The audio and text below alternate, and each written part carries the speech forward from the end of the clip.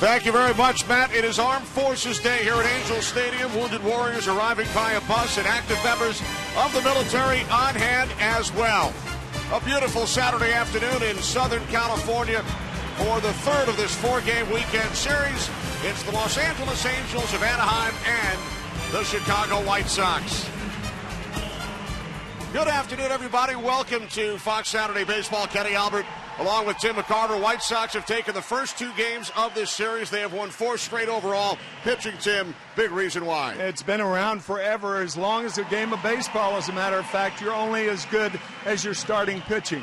And after the performance again by Chris Sale last night, his second strong outing against the Angels, the White Sox found themselves leading the American League in earned run average. And on the other side, Tim, Angels hope to turn things around today. They've gotten off to a rough start. What can they do to head in the opposite direction? Well, you've heard that expression that a hitter is caught in between. What about a team that is caught in between? I mean, when the Angels pitch well, they don't hit. When they hit well, they don't pitch. They desperately need a strong outing from Joe Blanton this afternoon. Joe Blanton, who has started his Angel career with a record of 0-7. So the Angels look to win for the first time in this series. Adam Dunn and the White Sox try to extend their winning streak to 5 straight.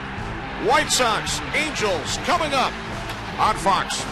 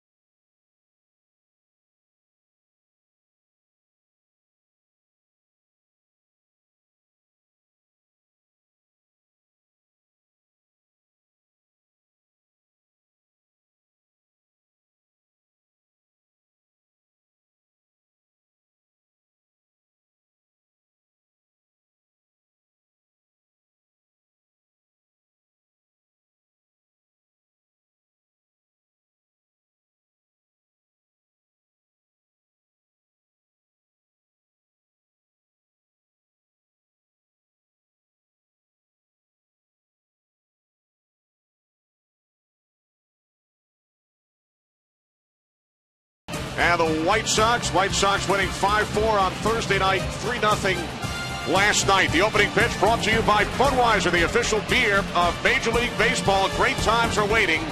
Grab some Buds. White Sox with 4 straight wins, record of 19-21. Their batting order brought to you by Taco Bell. Sometimes you gotta live Moss. Dwayne Wise, the center fielder, will lead off, followed by the shortstop, Alexei Ramirez. Alex Rios hits third. Adam Dunn in the cleanup spot. Then Paul Konerko. Connor Gillespie bats 6th. Bottom of the order will be Dion Viciedo batting 7th. Hector Jimenez 8th. And Tyler Green 9th. The umpires for this afternoon's game: James Hoy will be behind the plate. John Hirschbeck at first base. John Tumpane out at second. And Jim Reynolds is the third base umpire. Hirschbeck, the crew chief. Angels take the field. Players wearing camouflage caps this afternoon on Armed Forces Day here at Angel Stadium. Joe Blanton getting set to make his 9th start as an Angel. Record of 0-7. Angels have lost all 8 of Blanton's starts. So it was not exaggeration when we talked about a desperate start for Joe Blanton and the need for a win by the Angels today. Scouting report: my kingdom for a win, and 75 hits allowed, the most in the major leagues. Opponents with a .359 batting average against Blanton so far this season. Defensively for the Angels, a couple of late changes. Josh Hamilton scratched from the lineup. Albert Pujols was scheduled to start at first. Instead, it will be Brendan Harris, Kendrick at second, Ibar at short, Callaspo at third. From left to right of the outfield, Shuck, Trout, and Trumbo, with Chris Iannetta behind the plate. Battery of Blanton and Iannetta. And for more, the Josh Hamilton situation, down to the field, and Ken Rosenthal. Ken? The Angels say Josh Hamilton is simply taking a day off to recharge. Earlier this week, he told MLB.com about a sinus problem that he's had that has made him sensitive to light at night in the ballpark, things like that. But that is not the case here. That's not the problem, just a day off. All right, thanks, Ken. So Mike Scioscia shuffled his batting order, and Pujols will be the DH instead of playing first base as originally scheduled. Robin Ventura's White Sox have won a season-high 4 consecutive games. And there is Mike Scioscia in the Angels dugout. His club just 15-27. So we are set to go. Dwayne Wise getting a rare start. Alejandro De Aza has led off for the White Sox in 38 of their 40 games. Josh Hamilton in the Angels dugout. So it will be Wise, Ramirez, and Rios here in the top of the first inning. Wise batting .250 on the season. Fastball catching the outside corner, now 1-1.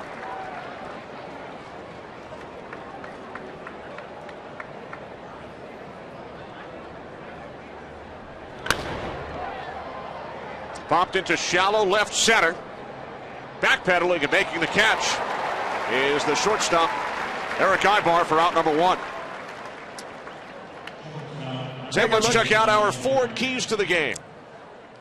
For the White Sox to extend the winning streak, obviously important. For the Angels, start a streak of any kind. And I mean any kind, except the one they've been on. Angels have lost 3 in a row, 5 of their last 6. It is their worst record through 42 games, Tim, since 1976. And it's about the quarter pole mark, too. 25% of the games or so have been played this year, and it's time. And obviously the Angels know that, but it's got to be crunch time very, very soon. Otherwise, you're going to be too far back to catch the Texas Rangers. 0-2 on Ramirez. As Yogi Berra would say, Tim, your good friend, it could become late early. Late early. Ramirez with a base hit into center field, so a 1-out base runner for the Chicago White Sox. As it does in left field at the old Yankee Stadium. That was where Yogi had the line. Here, even the first out, a very difficult play because of the sun. Ibar back, little flip, and made the catch. So with Ramirez on at first, here is Alex Rios, who has gone deep in each of the first 2 games in this series. Rios working on a 12-game hitting streak as Blanton throws over to first.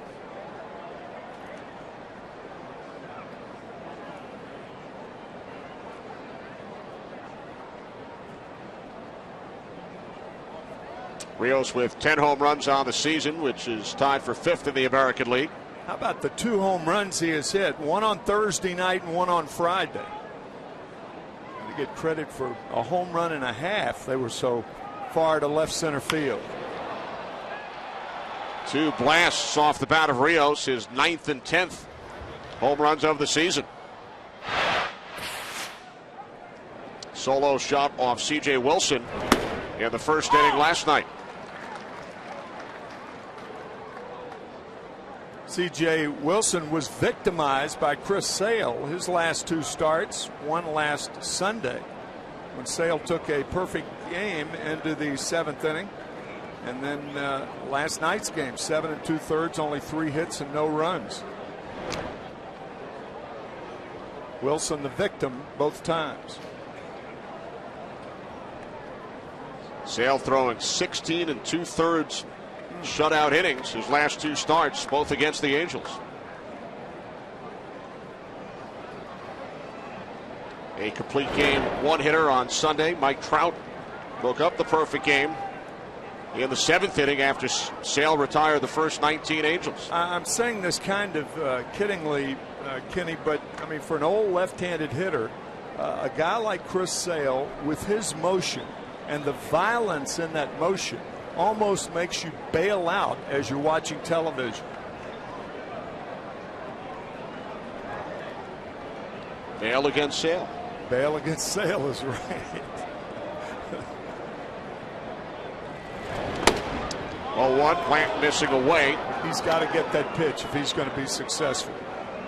Home plate umpire James Hoy rounding that corner on the outside part of the plate. But in order to be successful, Joe Blanton, like most pitchers, has to stay out of the middle of the plate.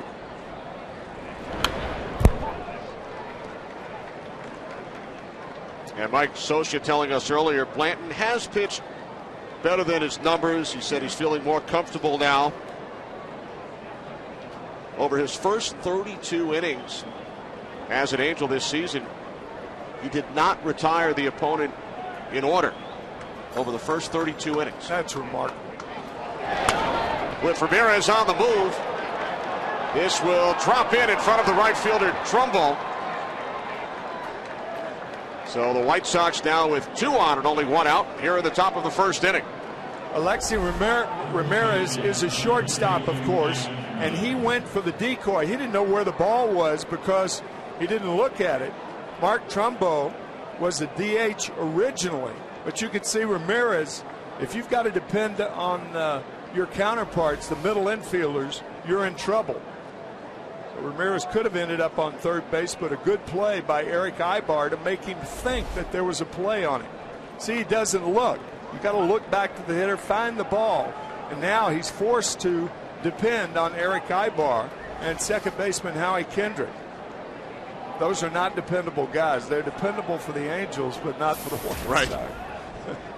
So it's a 13-game hitting streak for Alex Rios. His 4th hit of this series.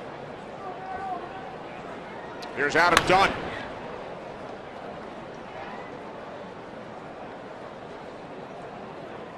Robin Ventura talks so much about not the mechanics of a swing, but about pitch selection.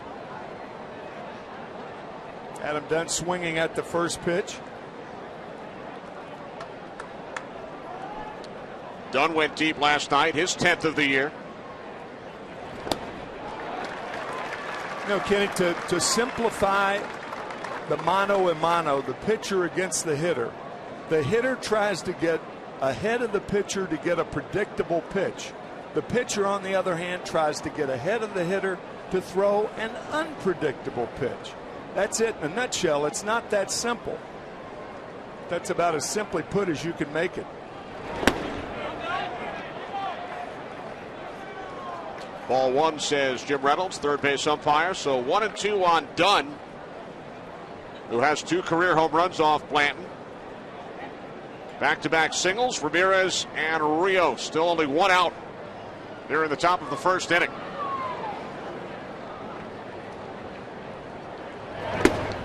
Blanton missing high and away, 2-2.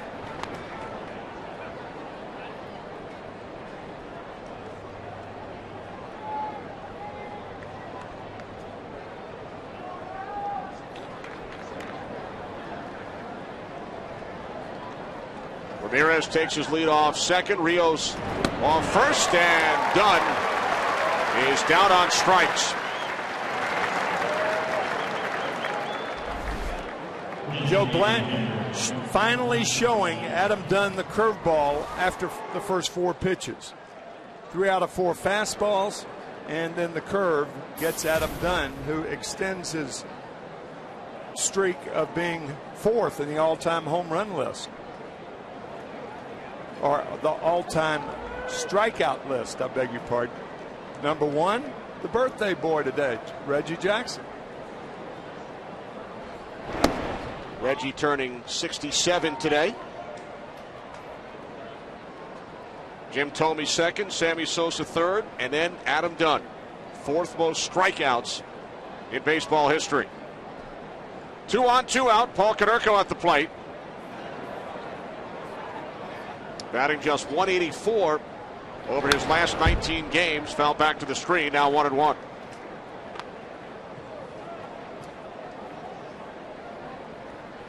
Along with everything else with the Angels, they have given up 100 2-out runs.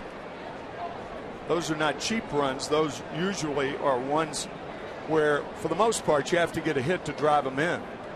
Most in the majors.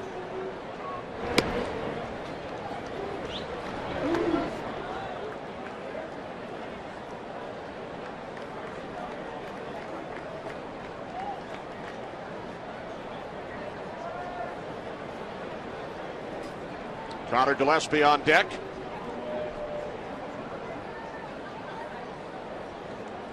Two on, 2 out. Top of the first inning. Konerko at the plate. 3 for 6 lifetime against Blanton.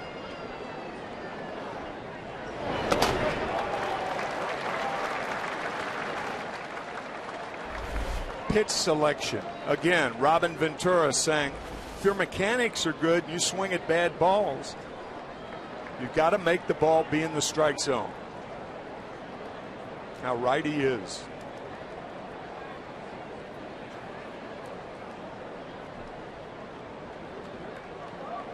Great start last season for Konerko. Different story this year.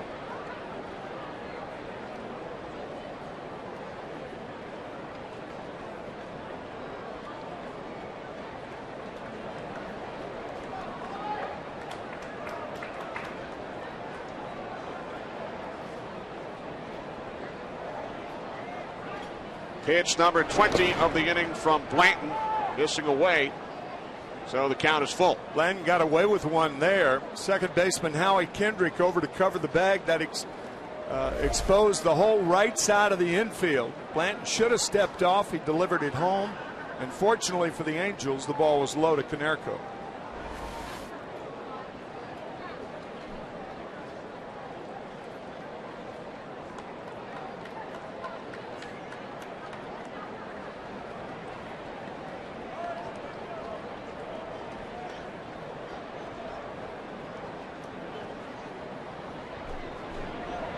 Runners go, payoff pitch.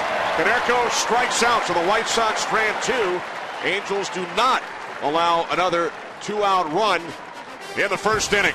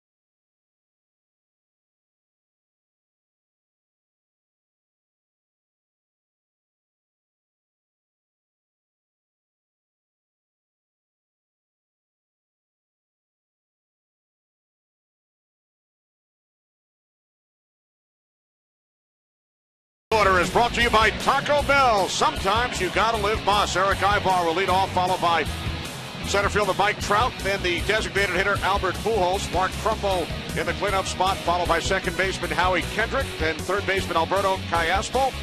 Bottom of the order, Brendan Harris, Chris Iannetta, and J.B. Shuck, as the Angels get set to face 25-year-old left-hander Hector Santiago, making his fourth start of the season for the White Sox.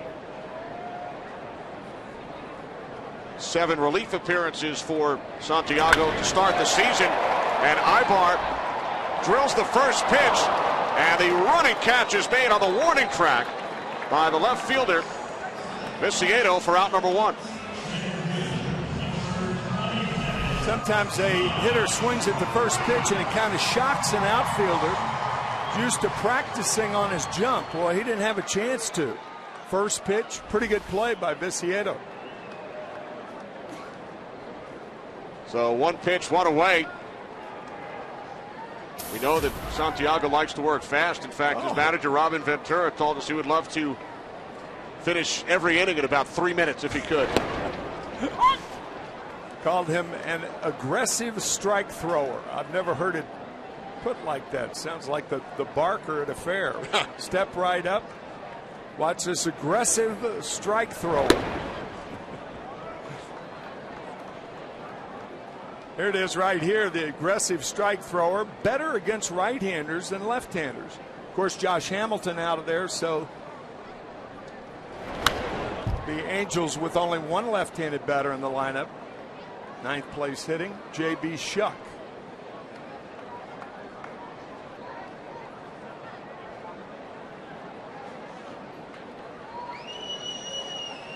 And he throws a screwball. You don't hear that from pitchers that much anymore. It's good. High and tight. Good fastball right there. A screwball goes away from the right-handed hitter when thrown by a left-handed pitcher. It's almost like reaching for a doorknob and turning it the other way. I'll have to try that. Yeah, but you're not a left-hander, though. Fernando Valenzuela, one of the great screwball pitchers of the last era and a half, I suppose. Rookie of the year in 1981. Fernando Mania, just north of here in Los Angeles. Base hit into right field off the bat of Mike Trout.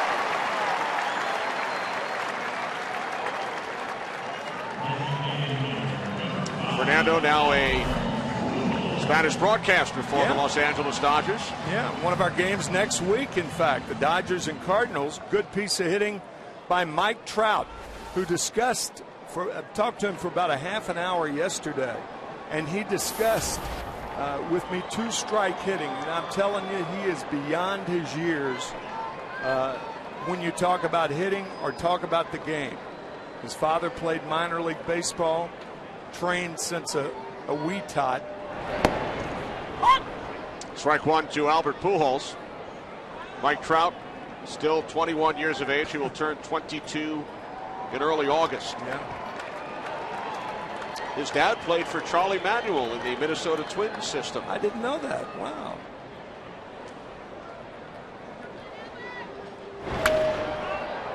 Pujols fouls it off to the left side, 0-2. And here now Charlie Manuel, the manager of the Philadelphia Phillies. Mike Trout from South Jersey, a huge Philly fan growing up. Switched to the outfield from shortstop during his senior year of high school. Slept in his uniform after a T-ball game and games as a kid. That was not that long ago. No, that's right. And an avid hunter.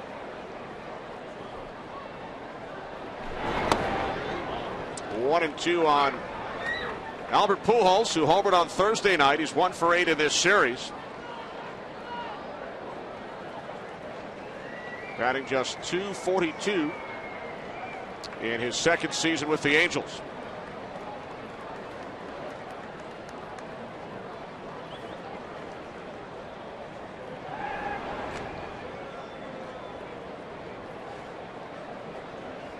Trout, of course, last year, Tim, led the American League with 49 stolen bases. Rookie of the planet last year. in the American League.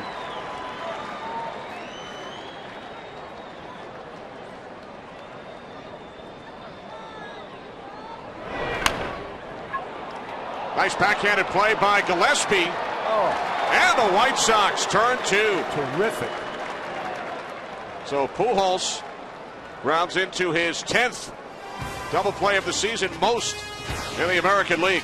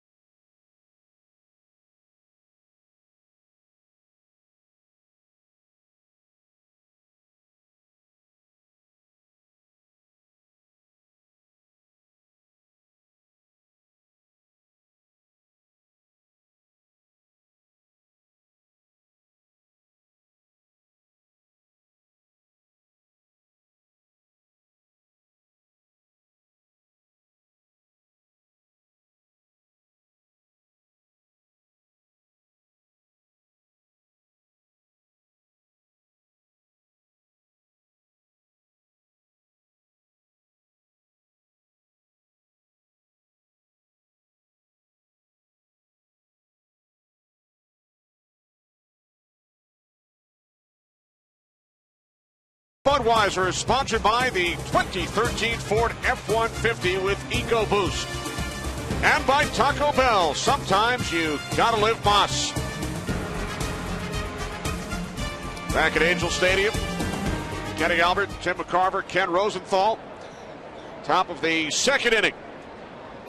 Connor Gillespie, who started that double play to end the bottom of the first, takes strike one from Joe Blanton.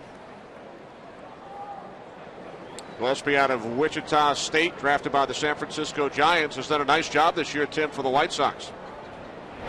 What a find it was for the White Sox, his 31st start of the season. Kind of floundering around in the Giants system for 6 years. Left center. Moving to his left to make the catch is Shuck for out number one. So Blanton retires Gillespie. Blanton 0-7. Angel starters, Ken Rosenthal, just 9-20 so far this season. Well, Kenny, we've talked about OPS a lot this year, and Joe Blanton's opponent's OPS is .959. That's the worst in the majors. And some fans are asking, why is he still in the rotation? And the answer is the Angels really have nowhere else to turn. They're still without Jared Weaver, still without Tommy Hanson. Good news on Weaver. He threw a simulated game yesterday. He told me that he's going to throw another simulated game Wednesday. Could be back within 10 to 14 days. All right, thanks, Ken. A bouncer is fielded by Callaspo. But Cristiano beats the throw. So the White Sox once again with a one-out base runner.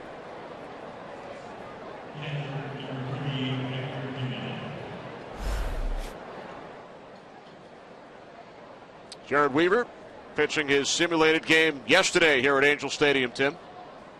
Out to watch that, and watching Jared, certainly not back yet, but 2.5 weeks, Mike Scioscia says perhaps.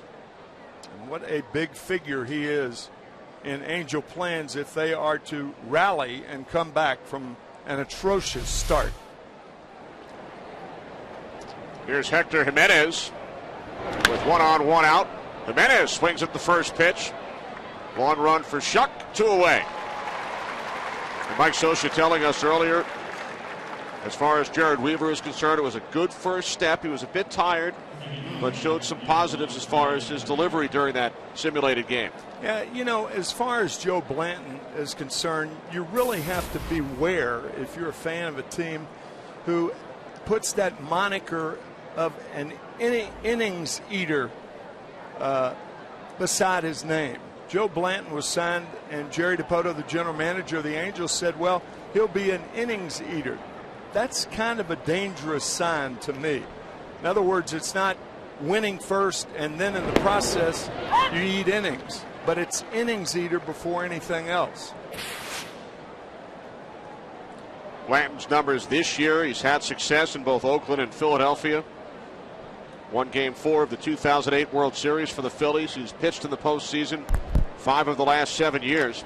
But off to a rough start with the Angels. Second hit of the inning for the White Sox. Viciedo in at third on the green single. So Chicago with runners on the corners and 2 outs here in the second inning. Pitch was away, and Green goes away, signing with the Cardinals 8 years ago. He's a good player, runs well, can fill in at second base as he's doing today.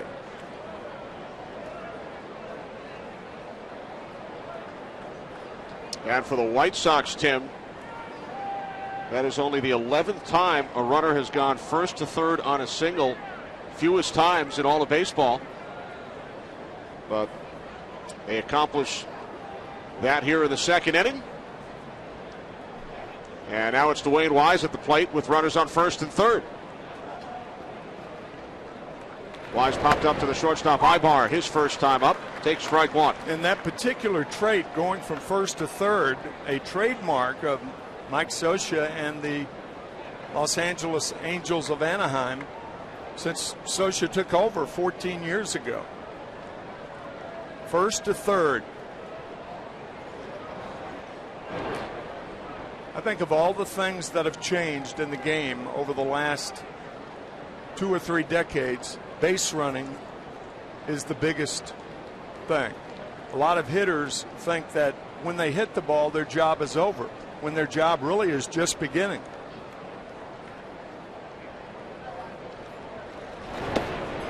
Nothing in 2 on Wise.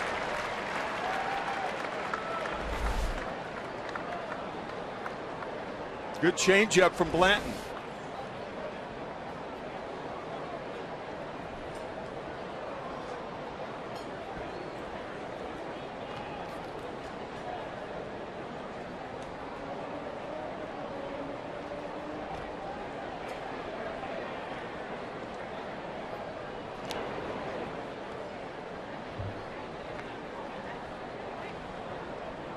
Blanton allowed 2 base hits in the first inning,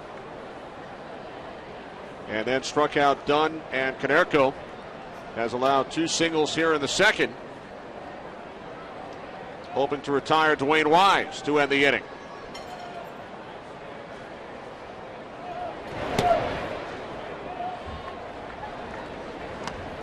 That's a tough play by Iannetta, setting up inside. And that pitch, a tailing fastball away. That quick lateral movement, one of the signs of a good catcher, and Mike Scioscia realizing that first thing of importance between the battery, how they get along. Blanton off the mound, and the White Sox are retired in the second. Once again, they strand 2.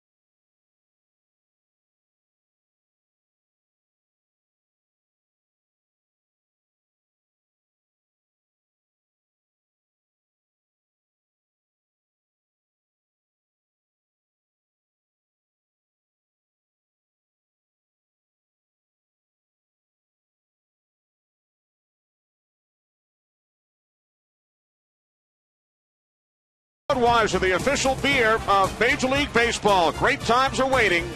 Grab some buds. Make Sunday extra special by going out to the ballpark. Go to MLB.com/Sunday to find special ticket offers.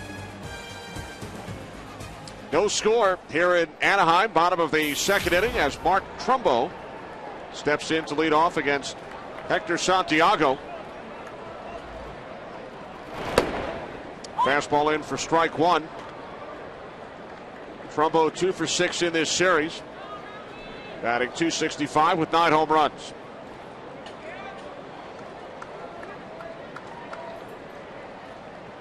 Trumbo, Kendrick, and Callaspo for the Angels, who had a hit in the first. Mike Trout a 1-out single, and then Albert Pujols grounded into a 5-4-3 double play. There's Kendrick waiting on deck. Mark Trumbo all over that last breaking ball. I don't think he's going to see that pitch again.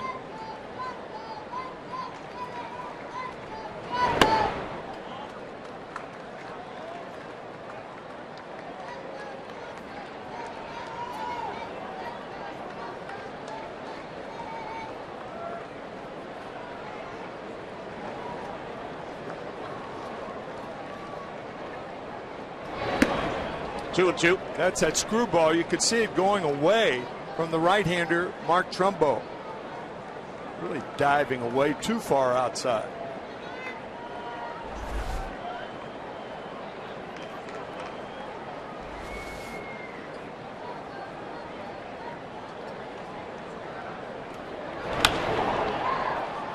Right field.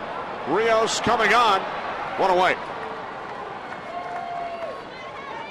Well, Tim, it is Armed Forces Day here at Angel Stadium. A pregame on-field ceremony including 75 members of all branches of the military, Wounded Warriors, members of Purple Heart Baseball. C.J. Wilson with the active members of the military. That is Sergeant Paul McQuigg, who threw out the first pitch. There was a flag-raising ceremony with special guest Buzz Aldrin. And following the game, a Purple Heart baseball game, a 3-inning game featuring Fort Sam Houston from San Antonio, Texas. They will take on Camp Pendleton.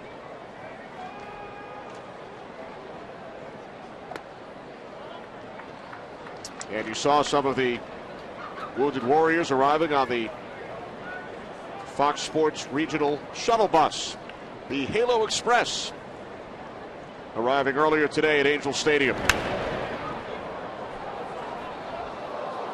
Camp Pendleton between Anaheim and San Diego, right down the expressway. Santiago, you got to love his arm. I'm surprised a guy with that resilient an arm hasn't been a starter for Don Cooper and the White Sox. Don Cooper, the excellent pitching coach of the White Sox. He's been around for a long, long time, and he is a good one. He's a keeper, as they say.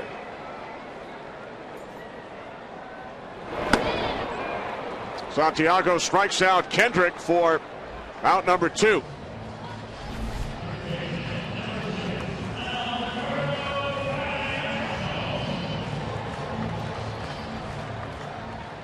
Free and easy motion. Throwing from the left side or the right side of the rubber, the third base side.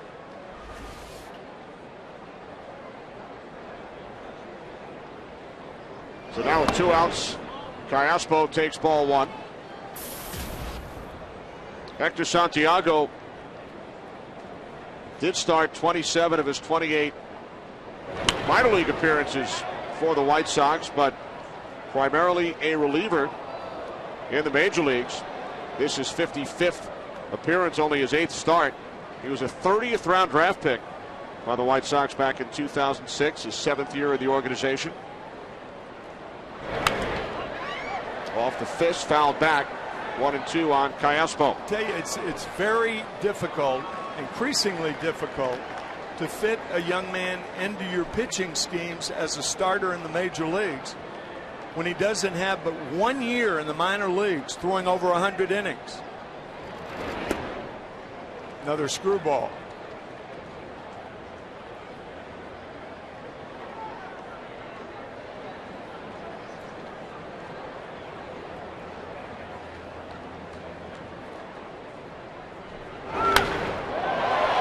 A drive to left field, and the catch is made on the warning track by Viciedo.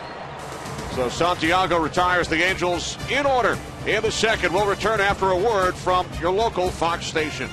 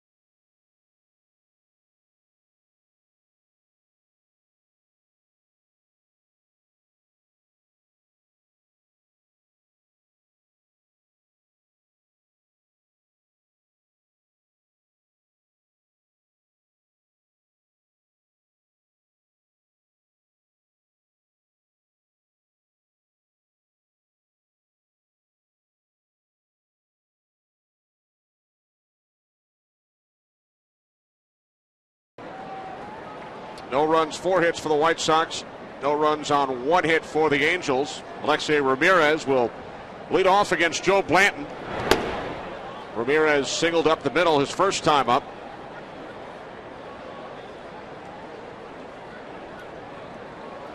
Ramirez, Rios, and Dunn for the White Sox.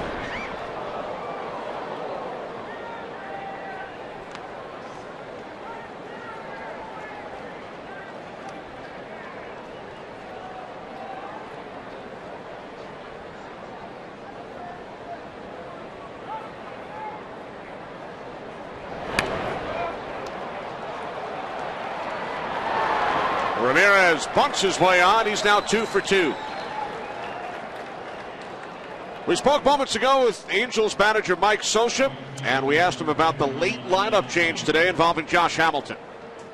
Yeah, just to recharge his batteries. You know, we had a night game last night, a warm day today, and we'll get him back out there tomorrow.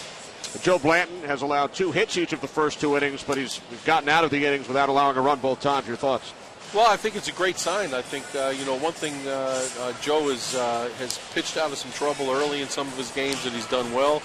He had some tough hitters up there in tough situations with Paul Konerko, great RBI guy, and he got out of the first and cleaned up the second. So hopefully he'll be staying ahead of some trouble and getting some early guys out in innings and give us a chance. Thanks, Mike. Good luck. All right, guys. Thank you. Thank you, Mike. And now a leadoff bunt single for Ramirez in the top of the 3rd inning. That was a beauty right down the third base line.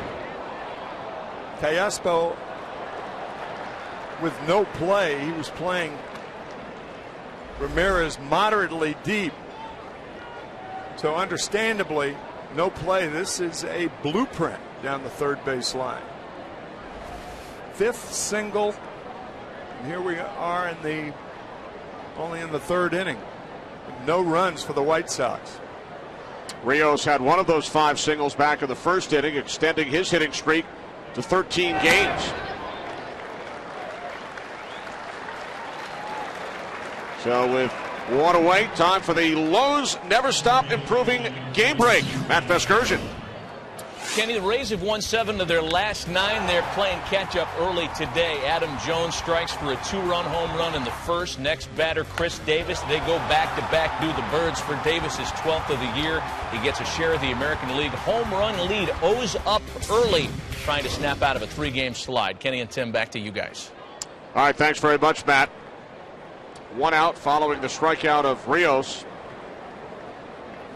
Adam Dunn struck out his first time up.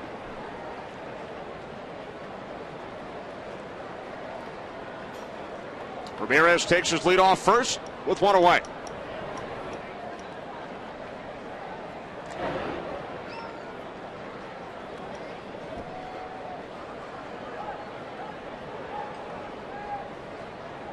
Adam Dunn, the comeback player of the year last season with 41 home runs. You can see even though the Angels are playing double play depth, they're playing the shift with a very strong Dunn up there.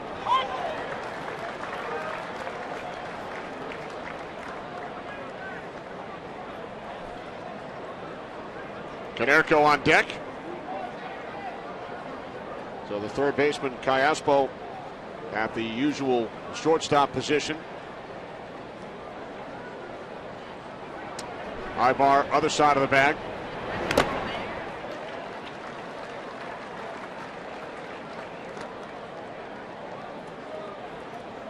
In effect, you've moved 2 guys out of position. Wouldn't it make more sense to leave Ibar at shortstop? And then if you're going to move a guy, move Callaspo into where Ibar is right now. And we have seen that from teams on occasion.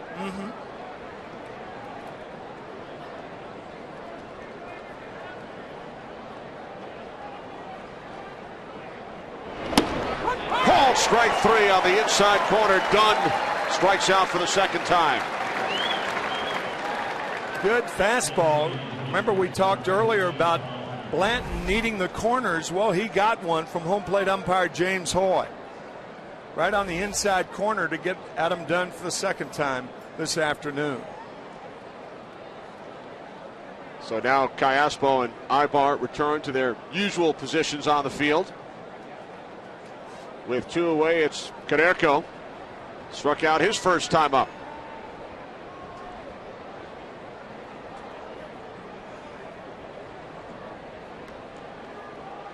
Iannetta looking into Socia. Does he have the pitcher step off? Is it a pitch out?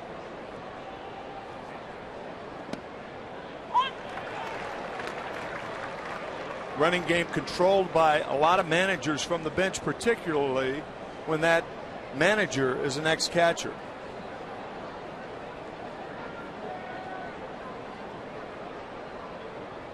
Funny how speed slows down the game.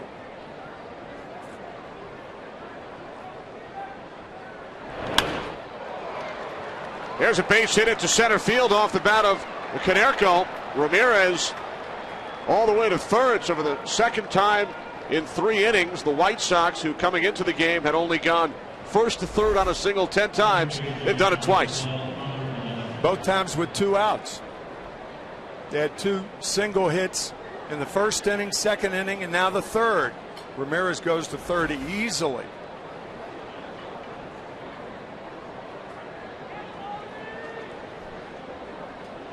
So first and third for Gillespie, who fly to left his first time up. Robin Ventura telling us before the game, Gillespie makes solid, hard contact all the time, and we love to see him come up in all different situations, and I'm sure that's the case in Robin's mind right here. Right. We asked Robin about Gillespie, and he said, you know, I didn't know a lot about him this spring. He said, but there are times where you just have to trust your scouting system.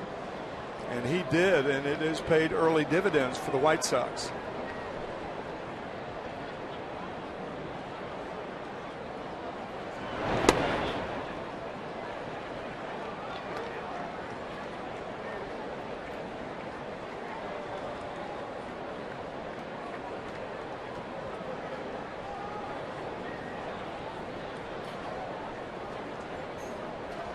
1-1 on Gillespie. Runners on the corners with 2 outs. And Ken Rosenthal and Gillespie has played an important role for the White Sox this season. After the start of spring training from the Giants, obviously Gillespie wasn't going to play in San Francisco behind the Panda, but here in Chicago, originally the idea, just be a left-handed bat off the bench, but Gordon Beckham got hurt, Jeff Kempinger has struggled, here he is. Beckham begins his rehabilitation stint tonight with AAA Charlotte. So the White Sox hope to have Beckham back over the next 10 days or so.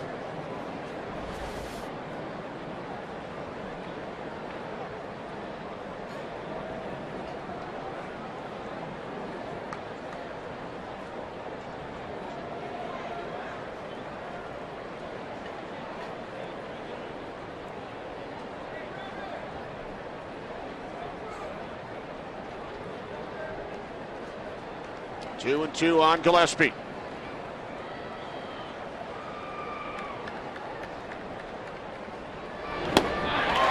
Strikeout number 5 for Blanton. For the 3rd straight inning, the White Sox strand 2 base runners.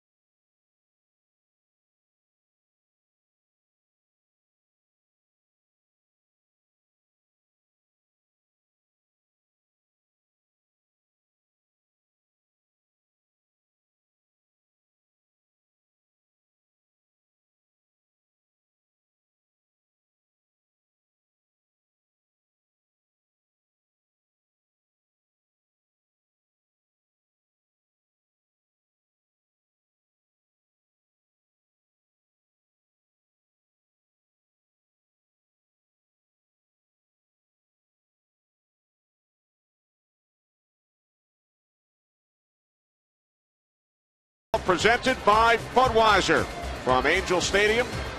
Bottom of the 3rd inning, no score. As Brendan Harris leads off against Hector Santiago. Harris not in the original Angel starting lineup. Starting at first base today for only the 3rd time in his career. First time since 2010.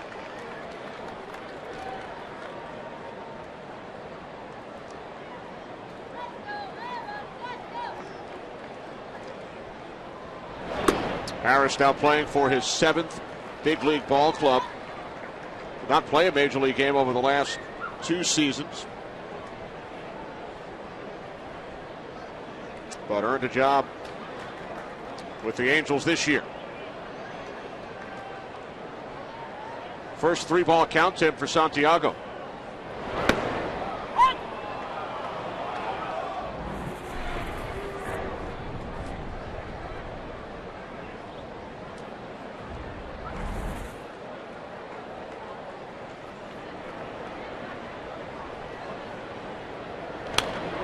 Full count.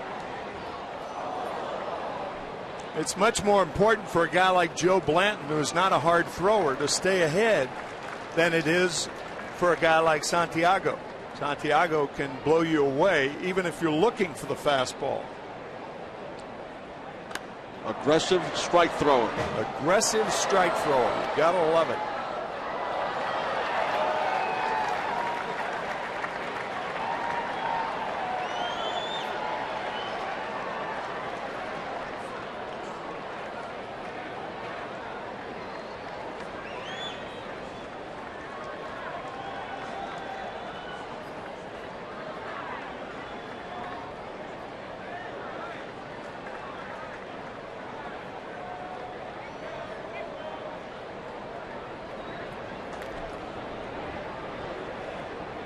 Payoff pitch to Harris, another foul.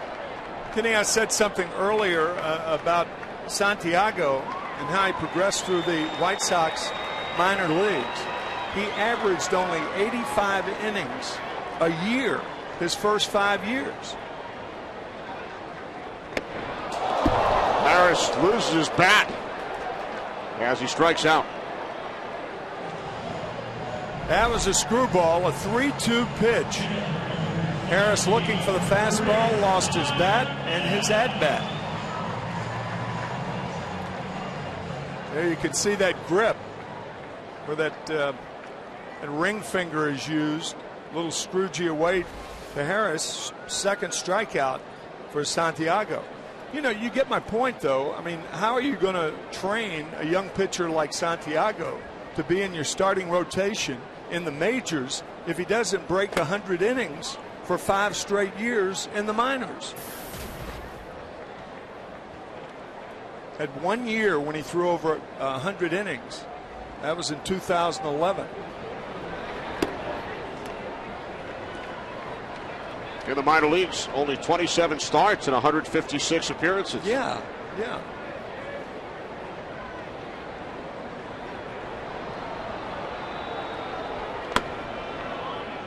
Iannetta takes ball 3, so Santiago has fallen behind 3-0 on both batters this inning. Came back to strike out Brendan Harris.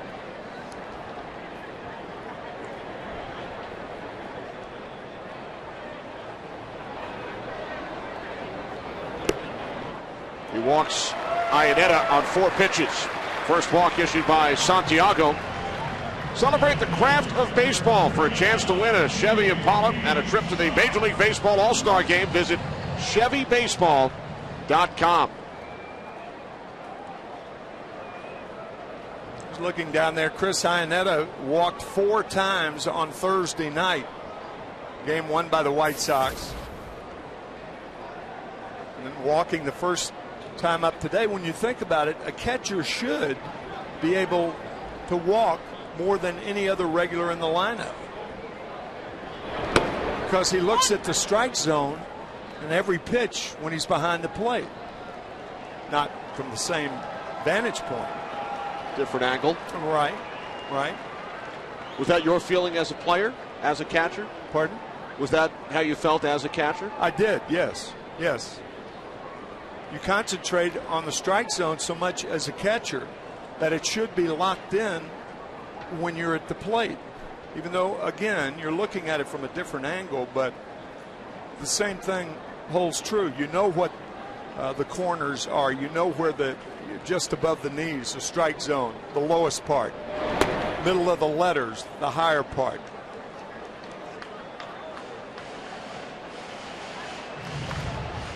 Jimenez out for a chat with Santiago, with J.B. Shuck, the number 9 hitter, at the plate.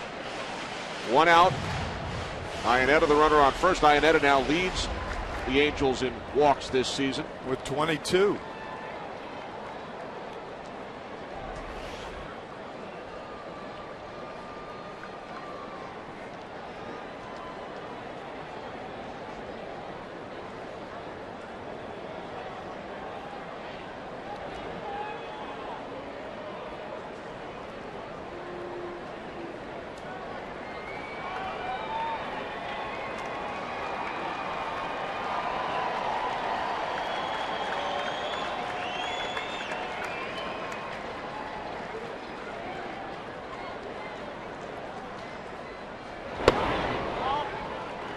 Now 2-1 on Shuck. So Santiago has fallen behind all three hitters here in the bottom of the third inning. 3-0, 3-0, 2-1 to Shuck.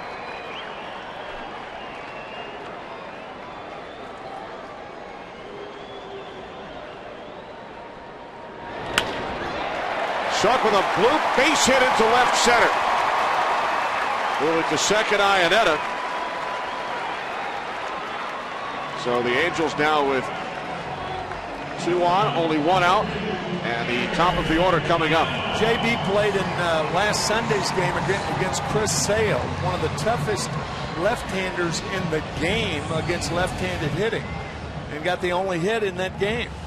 And here he is, first time up today with the hit off Santiago. I think left-handers are something like 3 for 55 against Chris Sale this year. Just utterly ridiculous.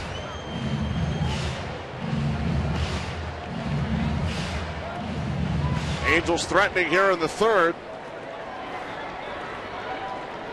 2 on, only 1 out. As Eric Ibar steps in. Ibar just 1 for 16 this season with runners in scoring position.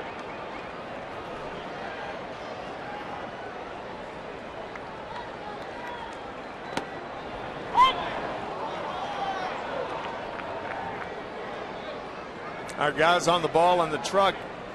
Left-handed hitters against Chris Sale this year, 4 for 53 with 19 strikeouts. He is lethal.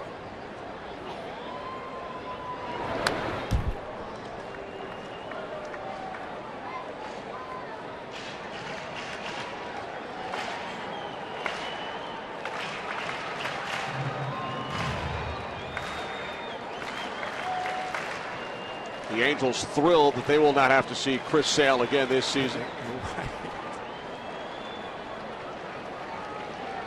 Nothing and 2 on Ibar. Trout on deck.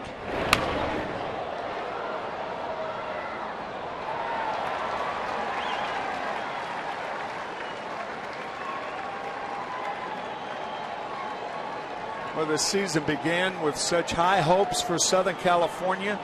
The Angels signing Josh Hamilton. The Dodgers signing Zach Greinke. After that big trade last season with the Red Sox. On the ground to the right side, backhanded by Dunn. The return, safe at first, is Ibar. Guys on the bench, on the Chicago bench, are up and pointing at the right foot of Hector Santiago, saying he made the bag, but I think that's a good call by John Hirschbeck. I think he missed the bag.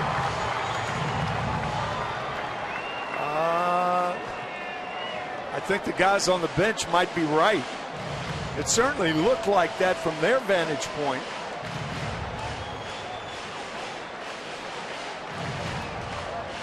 I can't tell.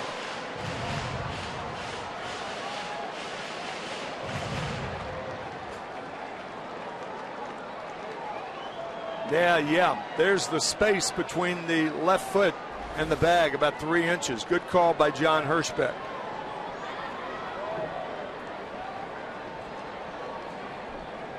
So runners on the corners with 2 outs. Here's Mike Trout. Trout singles to right his first time up.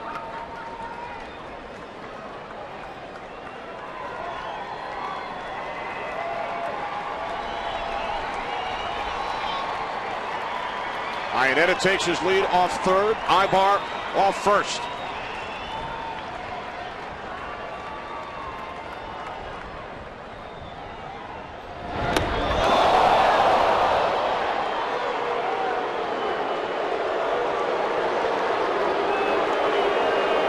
Certainly no intent there, trying to come inside to Mike Trout. Looked like it hit him on the right knee. We'll see. I think it was the right knee.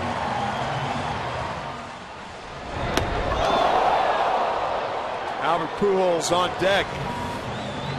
No way you're going to take a chance and hit Mike Trout, Don Cooper out to talk to his young left-hander, who has now hit 5 batters this season. Yeah. That explosive fastball, you can understand why.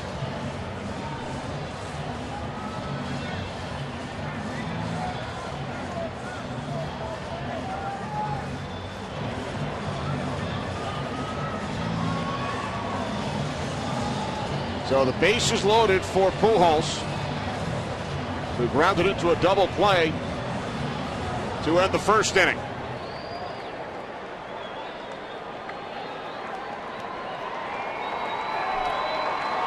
Iannetta, Ibar, Trout.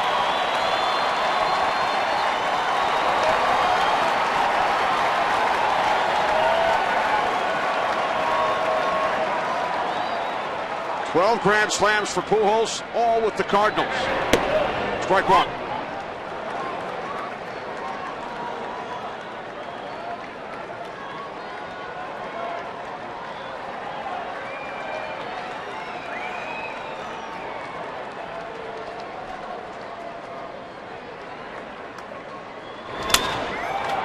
On the ground to the shortstop, Ramirez. Inning over. Angels strand 3.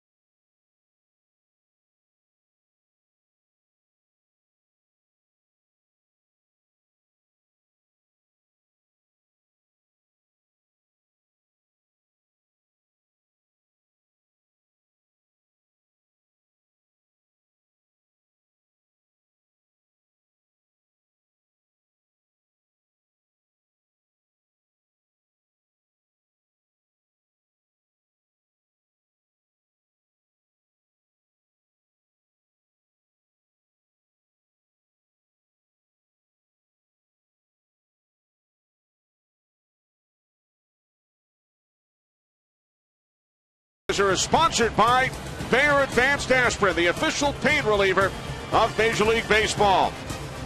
And by Lowe's. Lowe's never stop improving. We move to the 4th inning here in Anaheim. Kenny Albert, Tim McCarver, Ken Rosenthal. Angels and White Sox are scoreless. Joe Blanton has allowed 2 hits, Tim, in each of the first 3 innings.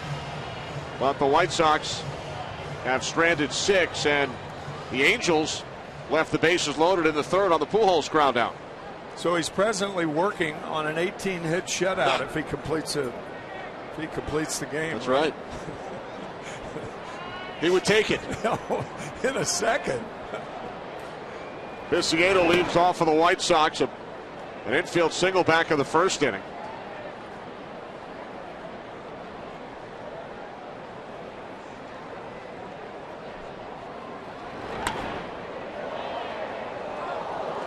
Blanton out to the 0-7 start. The only Angel, Tim, to start a season 0-8 was Ricky Clark back in 1968.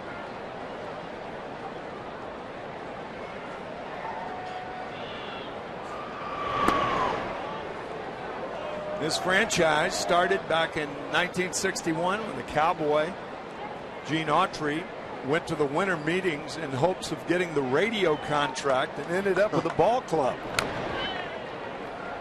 And the Cowboy continues to look on from his perch. What a lovable man he was. I talked to a bunch of the players through the years who knew Gene Autry, the broadcaster Dick Enberg, who did the Angels for so many years. Great impersonations of the beloved Cowboy. Dick Enberg, the longtime voice of the Angels, now with the San Diego Padres. Right. In fact, this is where Don Drysdale got a start as a broadcaster, working with Dick Enberg. Joe Torre, an Angels broadcaster at one point. Reggie Jackson worked with Joe Torre. That's the second mention of Reggie today on his birthday. Got a double pop. It's also Brooks Robinson's birthday, 76 today.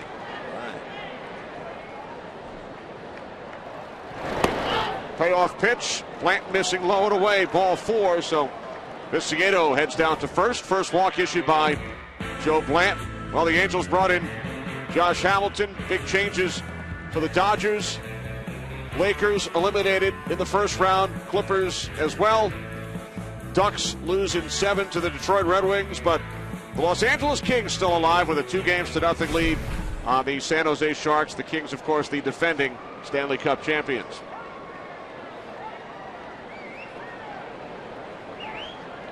Here's Hector Jimenez, who flied to left his first time up.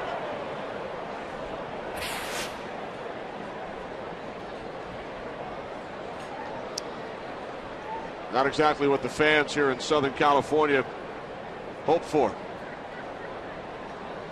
But it is still May. That's true.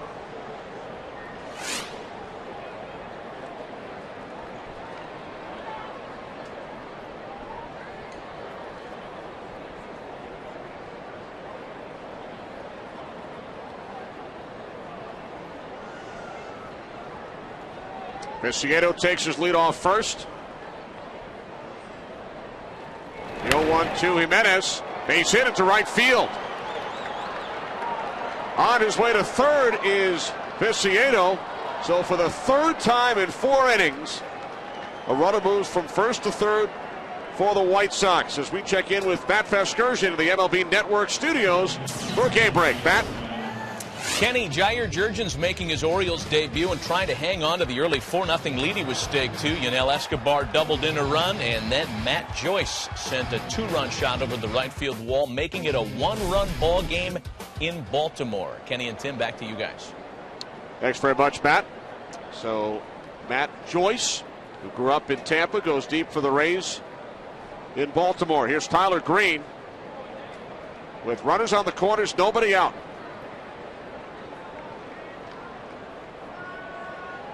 So for the 4th straight inning, White Sox with 2 base runners.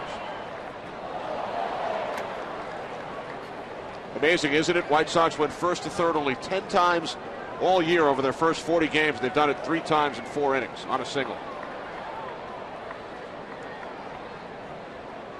In their 43rd game.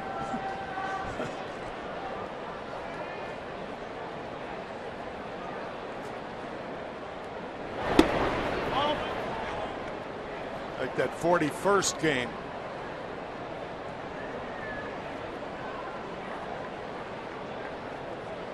Neither team with a hit with a runner in scoring position. They have left a combined 9 men on base over the first 3 innings.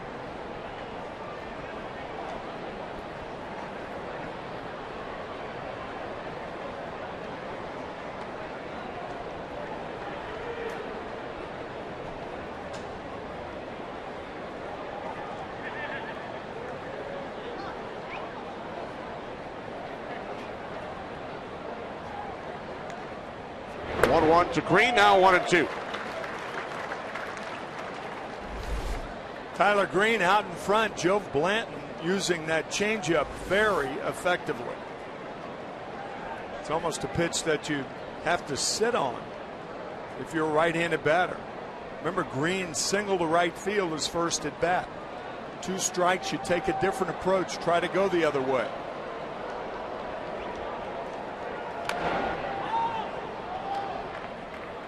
And that's the way to combat it. Pitch him inside.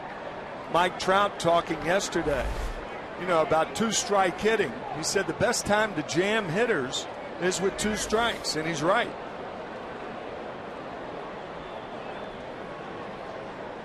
Most hitters try to protect the outside part of the plate, so it's the best time to come inside on them.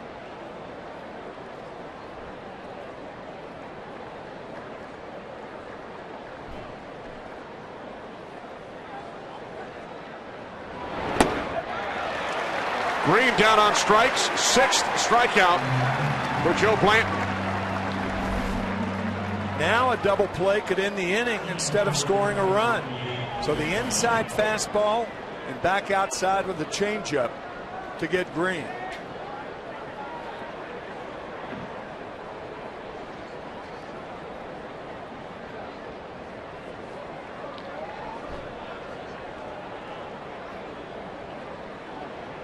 First and third, 1 out for Dwayne Wise. Wise 0 for 2 today. Pop to short. Bounce back to Blanton.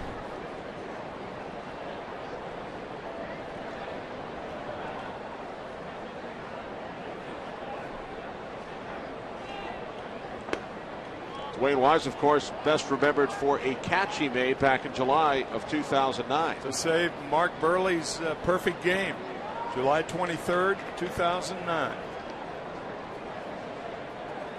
Miracle catch. Coming in for defense in the 9th inning. You robbed Gabe Kapler.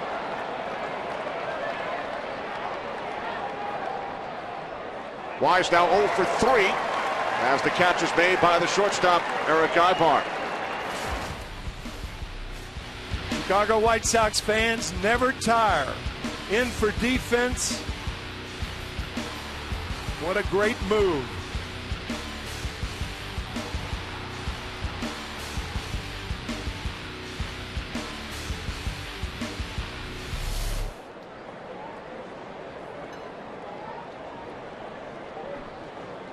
Wise in his 17th professional season. Not sure he will have another moment like that one. No, no way. So now 2 outs. Here's Ramirez, who is 2 for 2 today.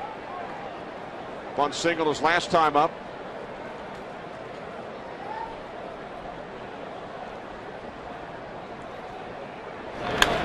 White Sox had first and third with nobody out. Blanton struck out Green. Wise popped to short. And now it is Ramirez with 2 away.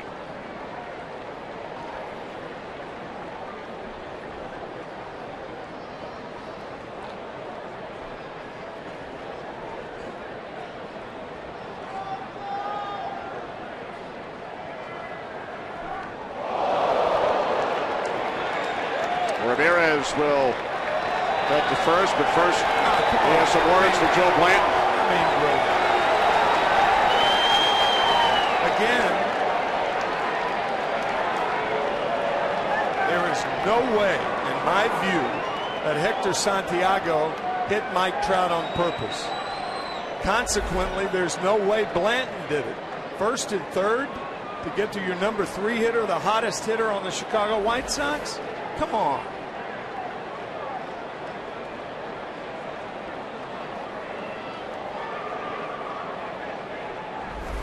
Game used to be policed by the players. Now it's policed by the umpires.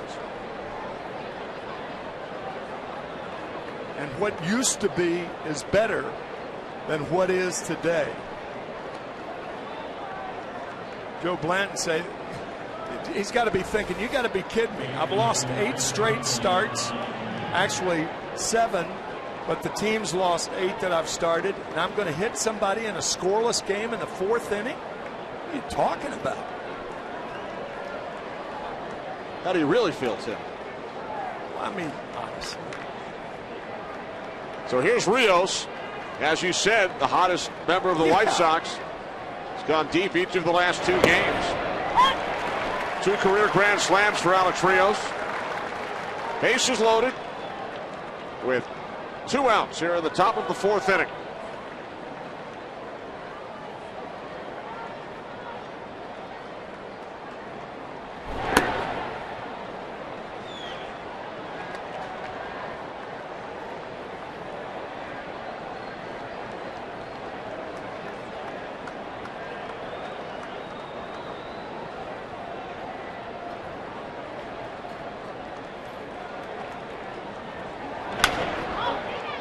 Bounced off the glove of Callaspo into left field. 2 runs scored. The White Sox take a 2-0 lead. RBIs number 23 and 24 for Alex Rios. Now the 2 tremendous home runs on Thursday and Friday. A base hit his first time up. And now with the bases loaded, the 2-out hit for the White Sox, and you would think it would be supplied by Alex Rios. Just off the tip of the glove of Callaspo at third. Good base running again by the White Sox. Third base by Ramirez, and to second by Rios. And now Adam Dunn with a base hit into right field. Trumbo has trouble with it. 2 more runs scored. Is now 4-0 Chicago.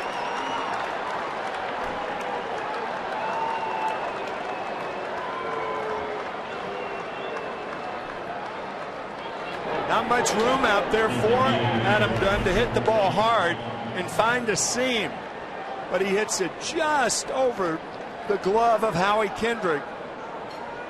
Booted by Trumbo. I don't know whether an error will be given on that or not, but there would have been a play at the plate, perhaps on Rios.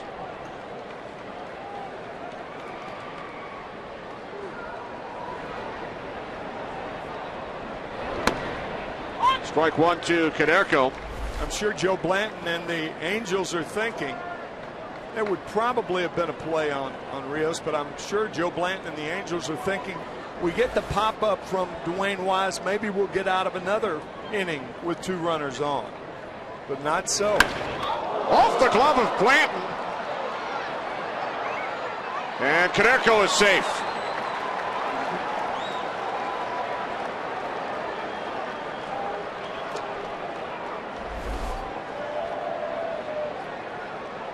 Wow, that was close.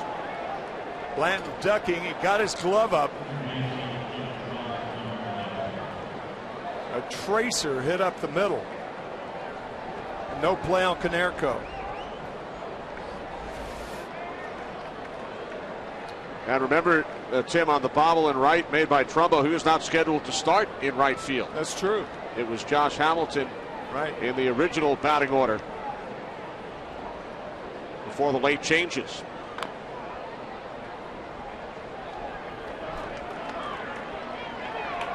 White Sox had first and third with 2 outs when Ramirez was hit by the pitch. And then on consecutive pitches, the White Sox score 4 runs.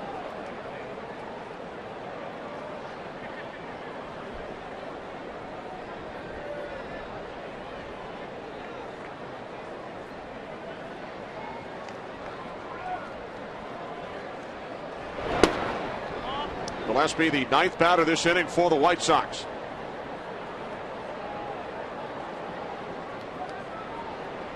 Four runs on 4 hits, a walk, and a hit batsman.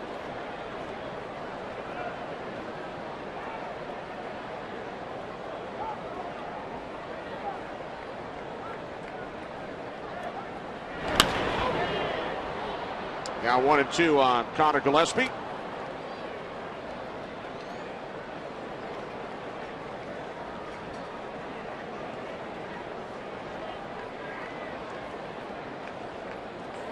Viciedo led off this inning. Threw a walk, came around to score. Back out on deck.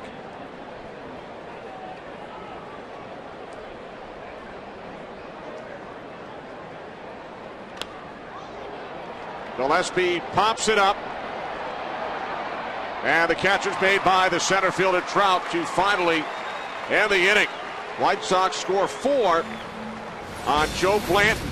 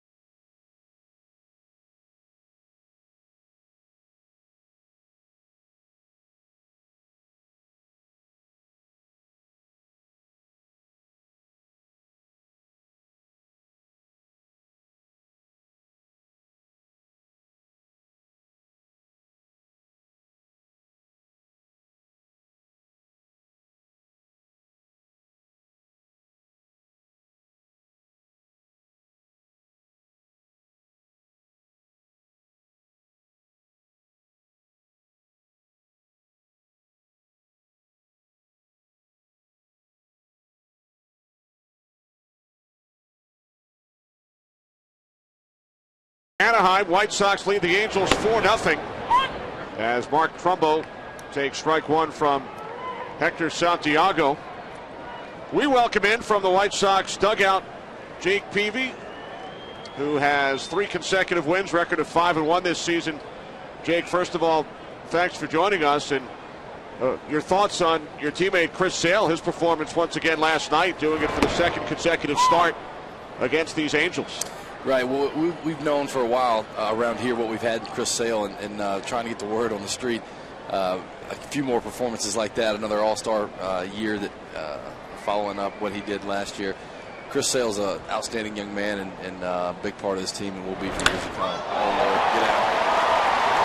So play-by-play from Jake Peavy, although not what Jake had in mind as Trumbo goes deep, his 10th home run of the season, to put the Angels on the board. Sorry about that, Jake. No, it happens. Ball up in the zone, and Trumbo don't miss many of those. Yeah, catchers don't catch many balls thrown like that, right, Jake? I tell you what, Mark's speaking of young talent taking over the game, he's going to be special here in Southern California, doing a lot of preparation, getting ready to pitch tomorrow, and he's a special talent. And here's a guy who is almost lost with all the other stars in the Angel lineup. Yeah, well, Howie doesn't do much, just hit 300 and hit the ball the other way, hit behind runners, and situational hitting that this kid right here, like you said, gets lost in the shuffle here, but can really, really hit. And you have gotten the best of him. Trumbo 0 for 3 in his career against you, and you mentioned you're pitching tomorrow. So what's a typical day like the day before you start when you're watching these Angels step up to the plate? Well, you know, we got Hector going today, left-hander, so don't really learn much until maybe our relievers get in the game, and I'll watch a little more closely. But been watching a lot of video, watch a lot of, last few weeks coming in, a lot of right-handers like myself, watch the game there, fly ball on the left, and as you guys see, Keep it going, Jake. Yeah, no, I do. You're doing fine, Jake. A lot of video work, and then tomorrow when I get here, it'll be just my head up stuff to kind of be the lasting impression I want. Is my stuff, head up against these guys, kind of overrides everything. And then we'll meet with the catcher and pitching coach tomorrow, come up with a final game plan, go over all situations of what may arise in the game, and then don't forget to compete. Try to find a way to win. I've never heard that expression, head up stuff. Yeah, I like to watch the last few weeks. You want to watch these guys and what they've done coming in. You want to watch how they've been making outs and how guys, and especially they got some in-division games. In-division teams know each other a little bit better, so you'll watch the way those guys go about attacking them and have a pretty good idea of what they feel as the hitter's weakness. And then at the end of the day, I've been around. This is my 12th season here in the big league, so I got a lot of history against a lot of these guys. So you kind of go at the end of the day, you got to watch your head up stuff and see how your stuff matches up with what you think your report is and what's happened in the past, and combine it all, come up with a game plan, and go out and try to get them. So that's very important. I think fans would be interested in that. We certainly are, Jake, because if a guy is 10 for 16 against you, 8 of those hits may have been at another time. It may have been 6 years ago. And what he's doing today is the most important thing. Correct. And that's what you focus on, right? Absolutely. That's why you got to watch the last few weeks. You got to know who's hot, who's swinging the bat well, who to go to when you think you can get somebody out, who to pitch around. And that changes from week to week on any given team you're facing. Here's the 1-2 from Santiago. Long foul off the bat of Alberto Callaspo. Jake, tell us about some of the charitable endeavors that you're involved in. Jake Peavy's Ultimate Country Music and Baseball Raffle and the Jake Peavy and Friends Charity Jam this June 23rd in Chicago. Yeah, well, music's a big passion of mine, and I've been fortunate enough to learn how to play a little bit of music and have a lot of friends in the industry. So I did a thing a few years back in spring training called Woodjock, where I got all the baseball players who played music to kind of do a little charity concert. This is going to be a little bit different.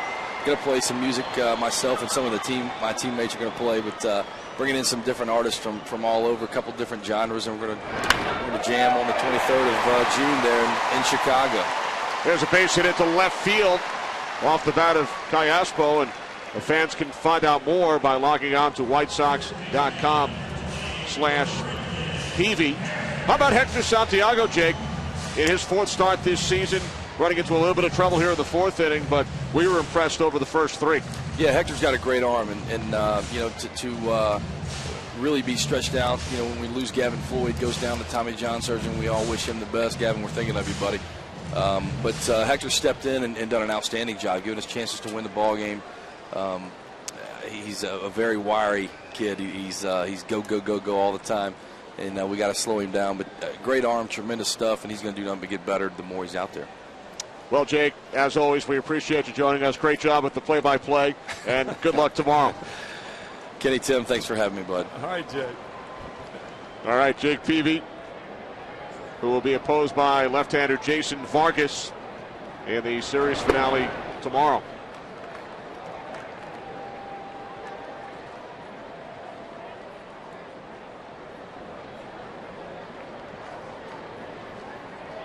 Brendan Harris at the plate with 1 out, 1 run in for the Angels this inning, and Callaspo on at first. We'll check in downstairs with Ken Rosenthal again. Ken, I think Jake was angling for one of our jobs here in the broadcast booth. Jake can talk, and he can talk really well. And what's interesting about him this year is that he signed a new 2-year contract with the White Sox at the end of last season. Didn't get a no-trade clause, didn't want one.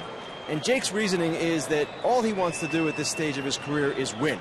So if the White Sox aren't winning and they want to trade him, that's fine. He can go to a contender. And if they are winning, they're not going to trade him anyway. So here he is trying to get back to the playoffs. And he's been outstanding as of late. Record of 5-1 this season for the White Sox, who, as Tim mentioned in our open, lead the American League in earned run average. Yeah, 3.41. That has not suffered so far in this game.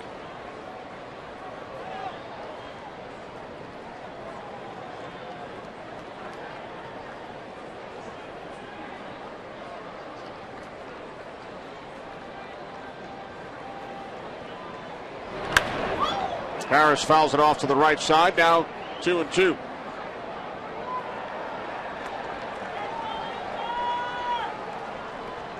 Chris Iannetta waiting on deck. Mark Trumbo with a leadoff home run here in the bottom of the 4th inning to put the Angels on the board, his 10th of the season. After the White Sox scored 4 in the top half of the inning.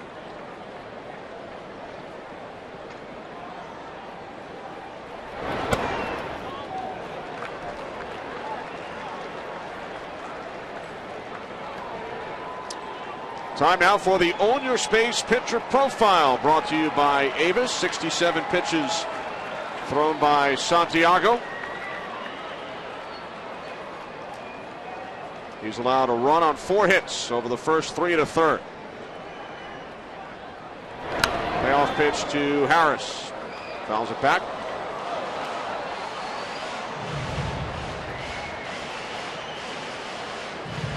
Gallaspo, the runner on first, with 1 out.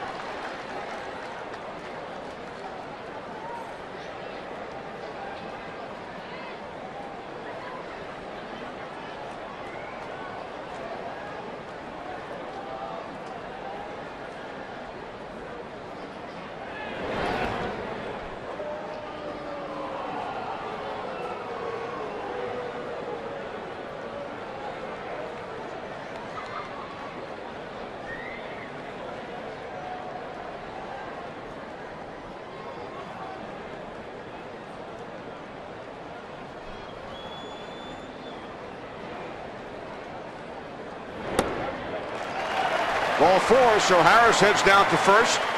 Second walk issued by Santiago. Angels now have runners on first and second with only 1 out.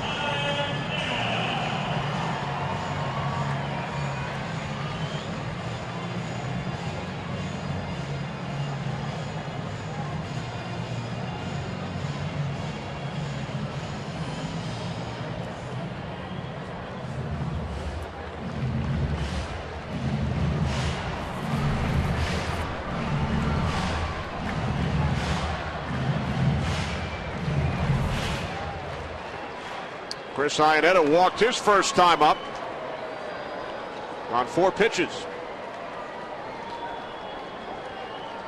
Tim mentioned earlier he walked 4 times in Thursday's game.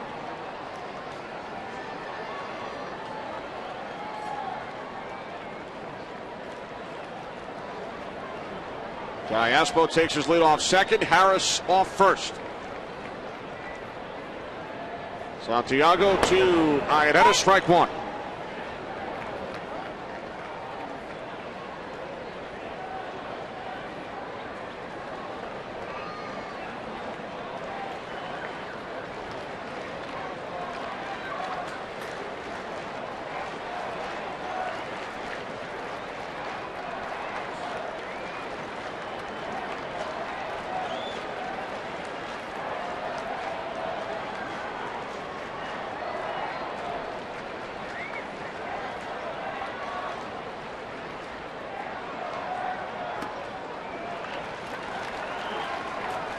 We talked about innings pitched earlier with Santiago not having a chance to pitch a lot in the minor leagues.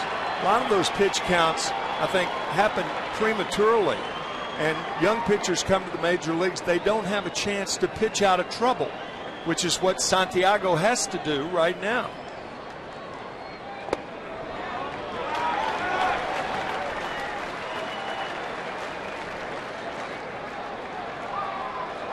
Two and one on Iannetta. 2 on, 1 out.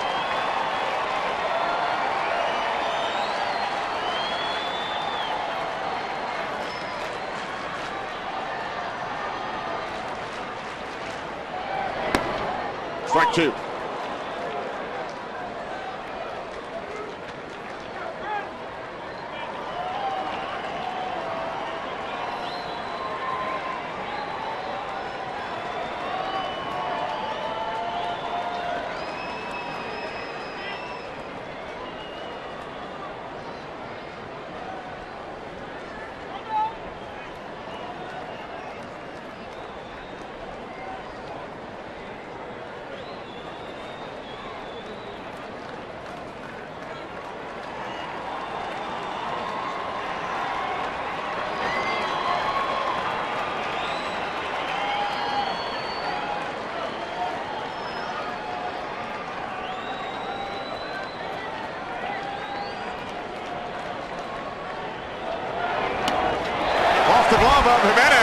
Both runners advance.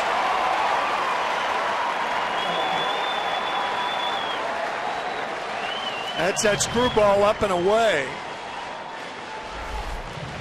Santiago had not thrown that pitch for about an inning and a third. Gets away from him, way outside. And the runners move up.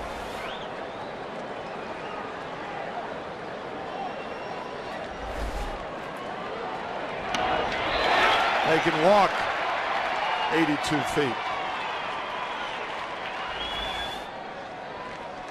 It's figuring the lead in also. Yep. So an 8-foot lead? Yeah, right.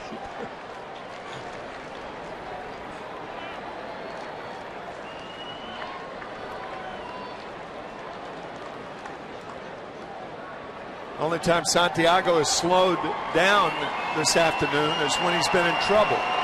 No real reason to change your cadence since you've had success doing it one way. Loves to work quickly. Ball 4, so Iannetta, who walked 4 times in a game a week ago Thursday, has walked twice in 2 plate appearances today.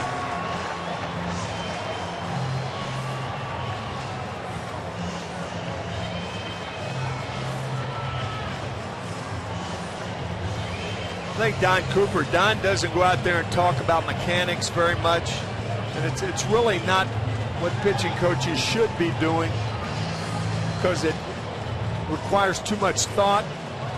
But I think the cadence and the rhythm of the pitch are very important. Keep working fast.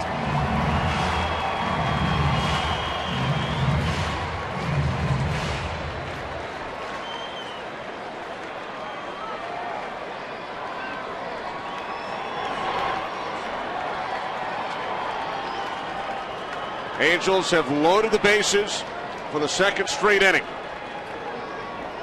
J.B. Shuck. Strike 1.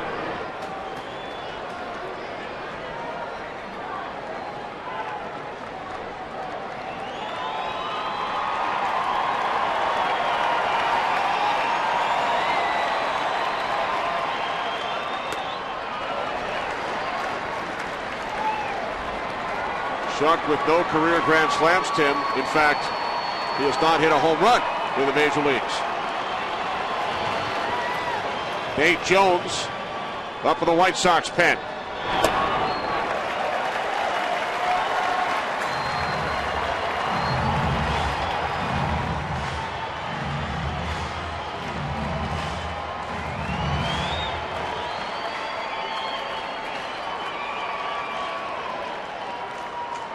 Eric Ibar on deck, nowhere to put J.B. Shuck. Already 2 walks in the inning. Only 1 out recorded on 28 Santiago pitches here in the 4th. Ball 3.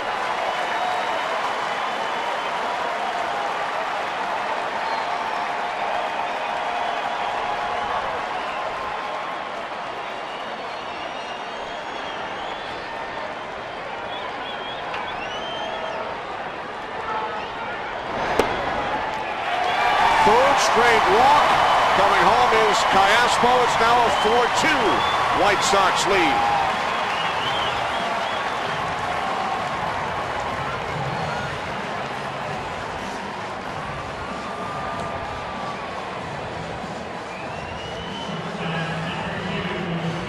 Hector Jimenez out there to buy time for Nate Jones, who's warming in the bullpen. That would upset me if I were a pitcher. Let's go. I'll find the strike zone as quickly as I lost it. At least that would be my thinking. You know the catcher's out there for one reason, to give the guy in the bullpen a chance to warm up. Only 8 walks for Santiago, Tim, over his first 32 innings this season. 4 today, including the last 3 Angels batters.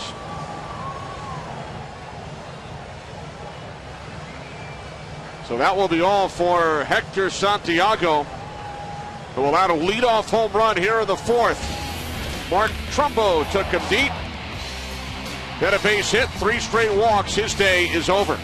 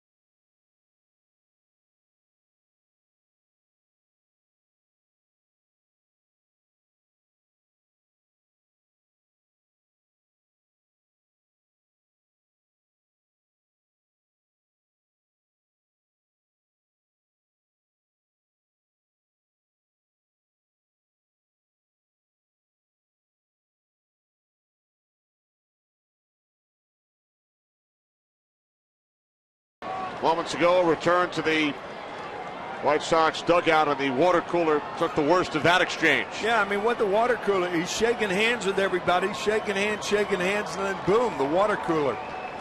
It didn't do anything. All it does is give him water. He went to shake hands with the water cooler. Yeah, well, maybe.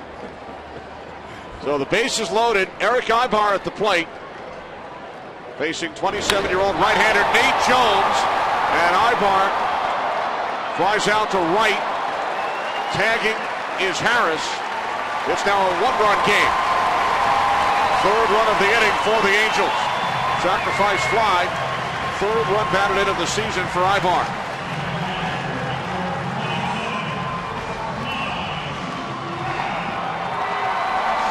That ball was eye high to Ibar. Check this fastball. Around the shoulders. Easy pitch to lift. And the Angels close to within 1. So 1 pitch thrown by Nate Jones. A run scores. Jones, who prior to yesterday's game, Tim, took part along with Angels pitcher Ryan Brazier in a milking the cow contest here at Angel Stadium.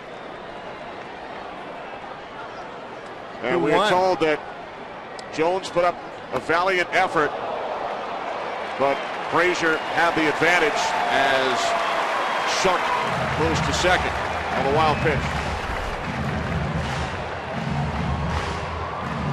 Or a pass ball. We'll see how they score it. Yeah, I think it probably was a pass ball. It is. Ball where the guy from third can't score, but the guy from first can get to second. So now second and third.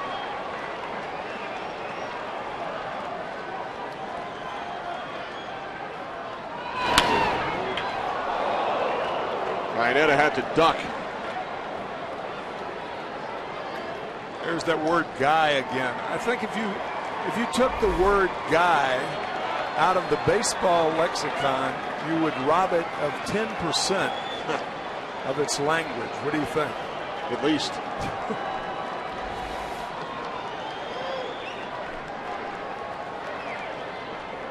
Milking a cow never usually comes up during the baseball broadcast. No, it does not. nor should it.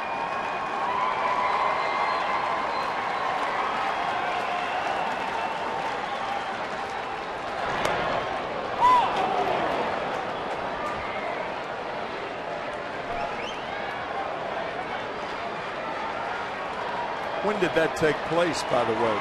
Before last night's game.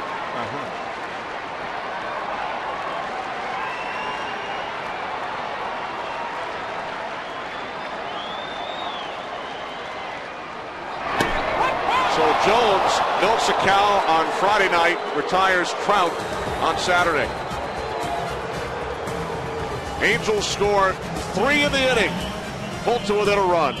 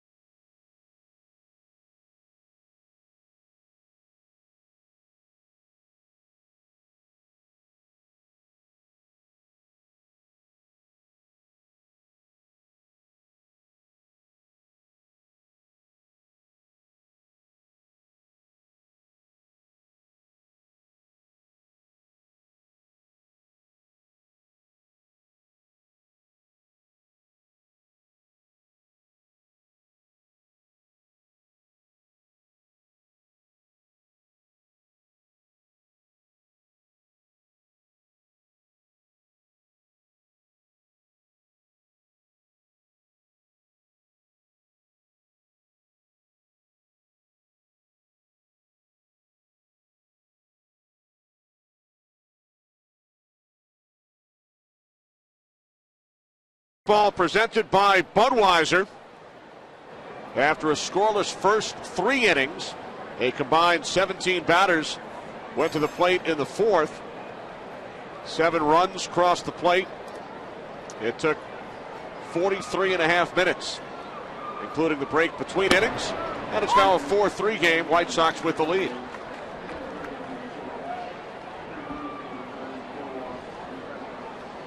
White Sox batted around in the 4th, so leading off for the 2nd straight inning is Viciedo, who has reached base twice today. An infield single in the 2nd, walked and scored in the 4th.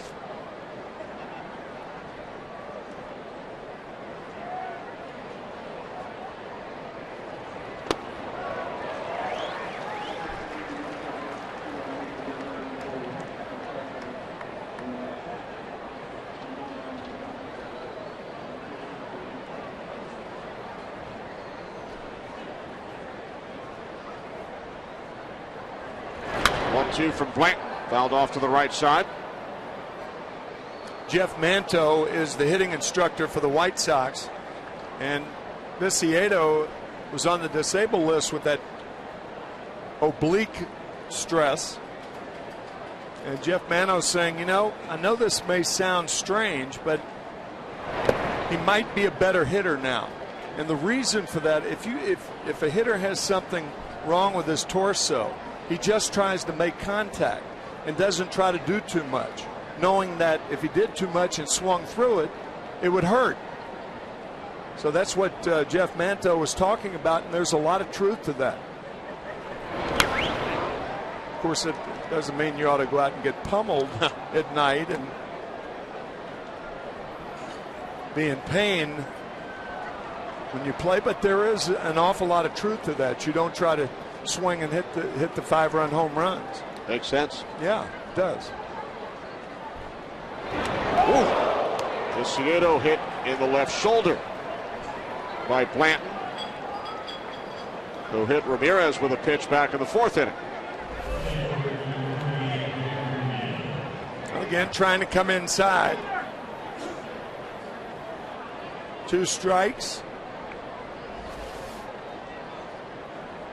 And Dayan appears to be all right. Like it got him on the left arm. Hector Jimenez fly to left in the 2nd. Single came around to score in the 4th. White Sox have a young catcher named Josh Fegley, who is tearing things up at Charlotte, their AAA affiliate, batting .347 with 10 home runs.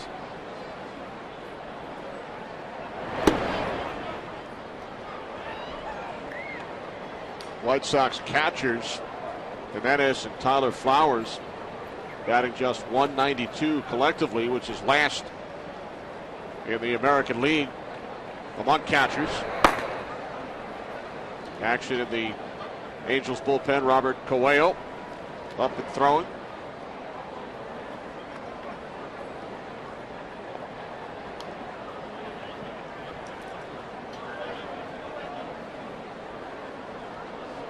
White Sox lead 4-3, top of the 5th inning.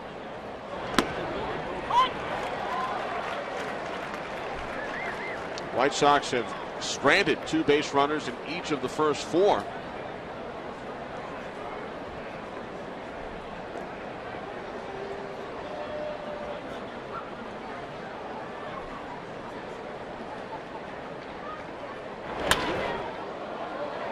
Diving attempt by Ibar. It's a base hit for Jimenez. So the White Sox threatening again here in the 5th with runners on 1st and 2nd and nobody out. Well, you talk about a good approach right there by Jimenez, the catcher. This pitch almost off the plate away. It was off the plate away.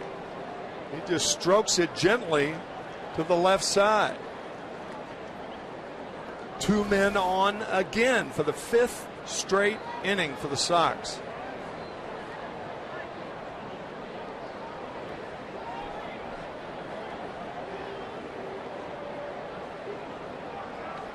Visit to the mound now from Angels pitching coach Mike Butcher.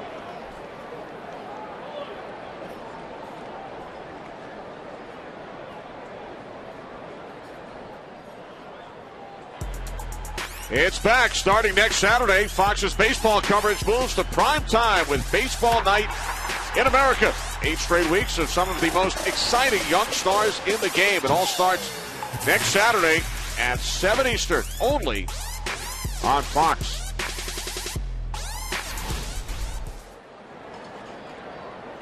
Again, you see the camouflage cap on Armed Forces Day. Cardinals will be one of the teams on Fox next Saturday night, Tim, in prime time.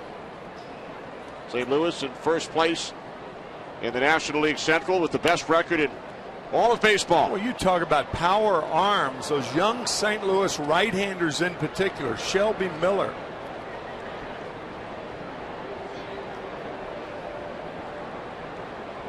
Allowed a hit this past weekend, pitching a 1-hitter, and then retired 27 in a row. A former Cardinal, Tyler Green, at the plate. Yeah.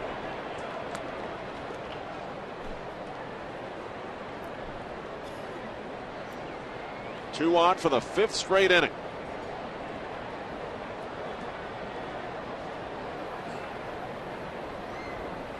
Green 1 for 2, singled his first time up and then struck out in the 4th.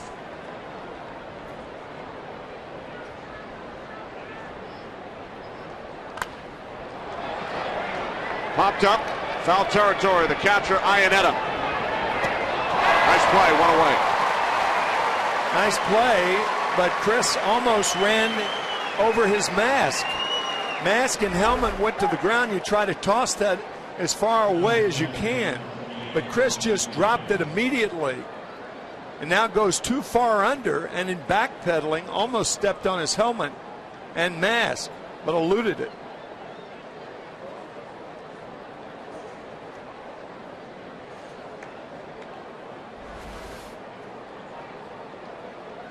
I'm sure you had a terrific technique as far as throwing your helmet and mask away on foul pops. I'd rather not get into it.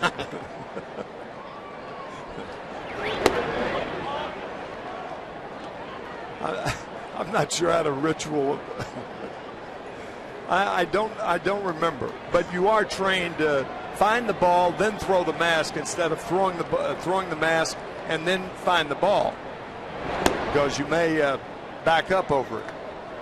So you speak from experience. Yes, I do. Yeah. Make sure when you throw the mask in the booth, it is nowhere in the vicinity. That's right. Of us. I'll find you and then throw the mask, as opposed to throwing the mask and then trying to find you. I appreciate it. You're welcome. Hall of Fame advice.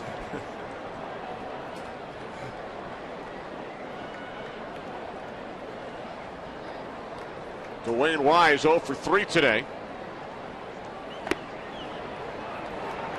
Well, that's it. Wise heads down to first as the White Sox load the bases, and that will be all for Joe Blanton.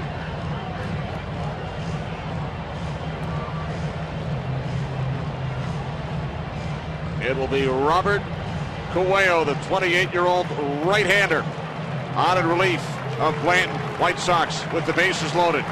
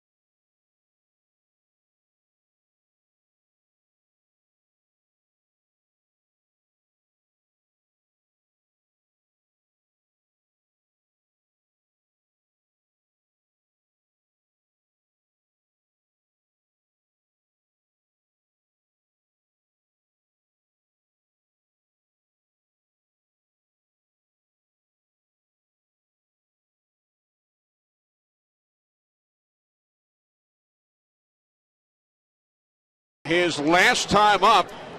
Let's listen back. There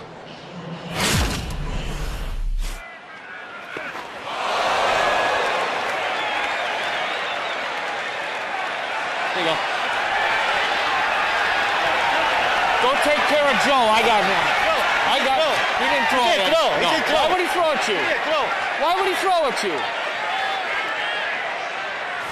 That was handled expertly by James Hoy, the home plate umpire. But I can't help but think, I wonder what Mike Scioscia was thinking when Ramirez, I think he may have said, go ahead on out there. That might be exactly what this team needs right now. If you get my drift. You do not want to wake up a sleeping giant. So now here in the fifth inning, it's Ramirez facing Coelho with the bases loaded. 5 career grand slams for Ramirez. He had 4 as a rookie, which set a major league rookie record back in 2008.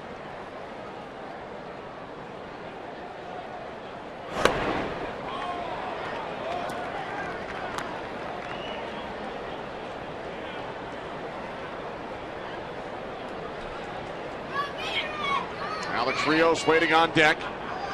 1 out, top of the 5th inning.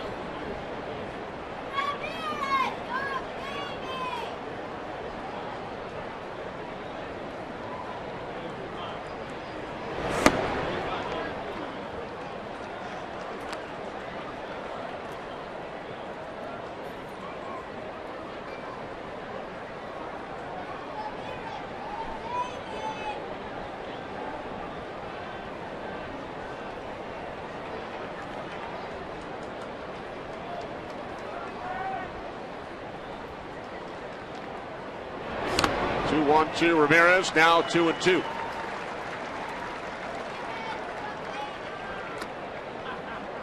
Ciedo on third. Jimenez takes his lead off second, and Dwayne Wise following a walk over at first.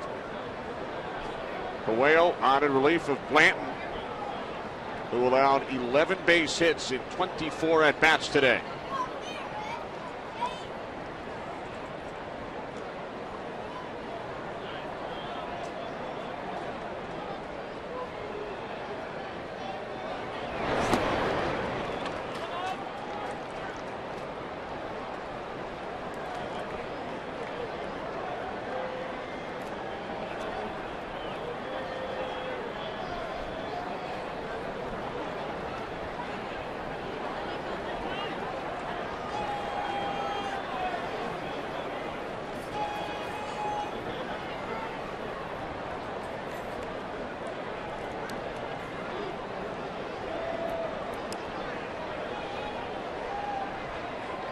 Payoff pitch to Ramirez, and he strikes out, second out of the inning.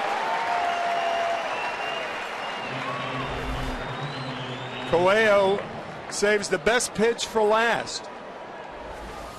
Cut fastball right on the corner to get Ramirez. Coelho making his major league debut last Sunday night against the White Sox.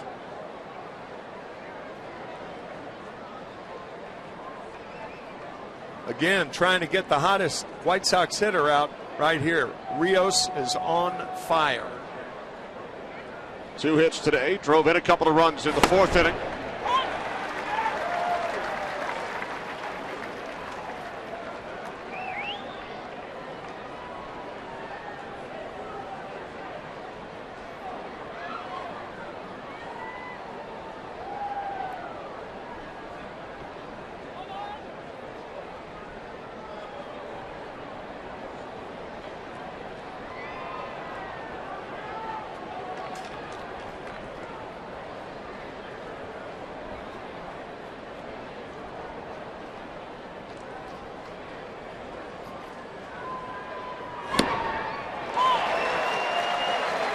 Nothing and 2 on Rios.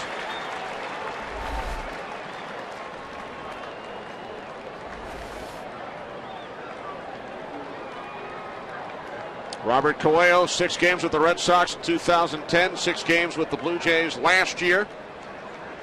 Looking to end the White Sox threat here in the 5th. He does. 2 big hitters right there, Ken. What a job by Coelho as he strikes out Ramirez and Rios with the bases loaded.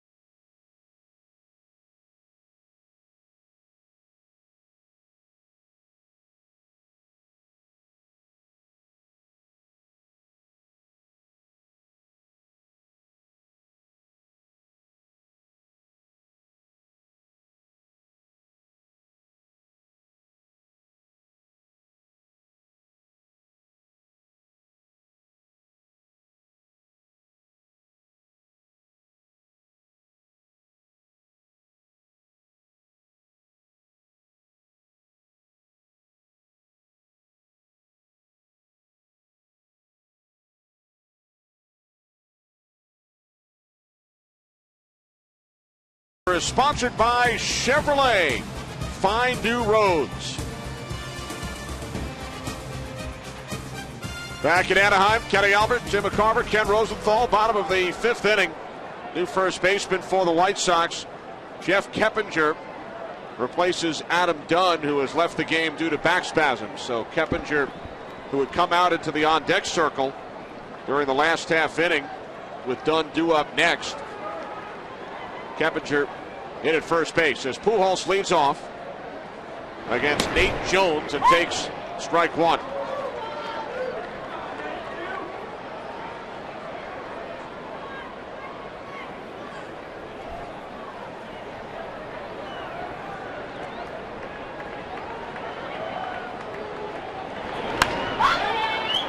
On the ground to the right side, it's a fair ball.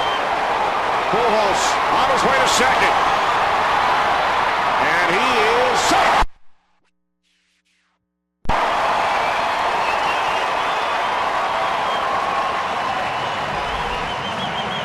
Good play all the way around. Running hard out of the box, a guy with plantar fasciitis on his left foot. Albert Pujols taking a chance against one of the best throwing arms in the major leagues. And that's Alex Rios, who makes a fine play. Good throw, just safe at second base.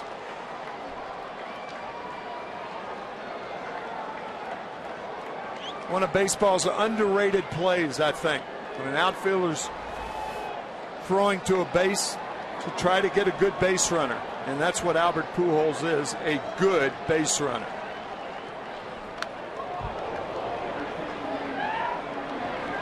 Mark Trumbo took Hector Santiago deep back in the 4th inning after the Angels had fallen behind 4-0.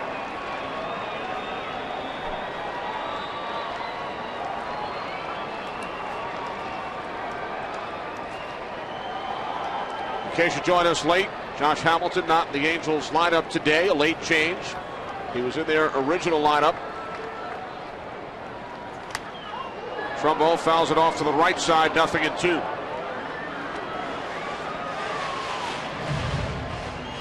Our Fox Sports 1 game summary. Rios and Dunn each drove in 2 runs. Dunn out of the game. Trumbo a solo shot. Blanton has now allowed 86 hits on the season. 11 today, the 86 most in the major leagues.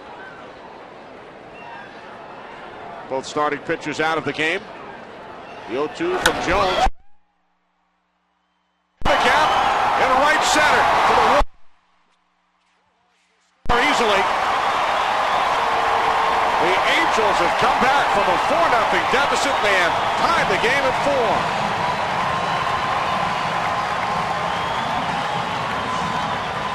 When we had Jake Peavy on in the bottom of the 4th inning, you may remember what he said about Mark Trumbo. That he's got power and he can also hit the ball the other way. That's what makes him tough to pitch to, and a guy who, in our opinion, gets lost in that Angel lineup. The guy is one of the real future stars of the game, if not one right now. Mark Trumbo. Who was born right here in Anaheim. Right. His second run batted in today, second extra base hit.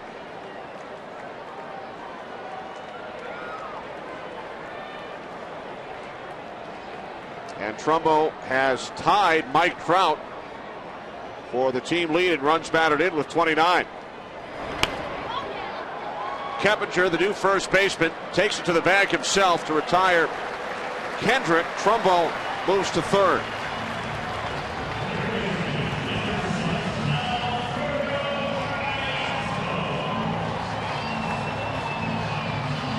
Well, Tim, you were talking about Mark Trumbo, instead of the same high school as Aaron Boone and Kevin Costner. Grew up an Angels fan. Team most valuable player in 2011. Hit 32 home runs last year.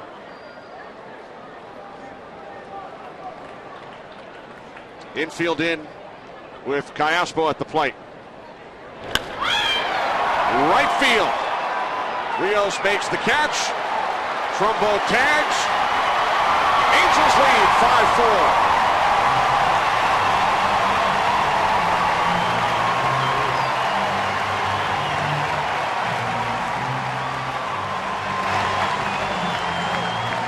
That's the Angel-type baseball that Angel fans are used to seeing in past years and haven't seen so far this year. A double by Trumbo to drive in Pujols to tie it. Next pitch, Kendrick gets him over. Next pitch, Callaspo drives him in. Got him out there, got him over, got him in. By the book. Joe Blanton off the hook. Yep.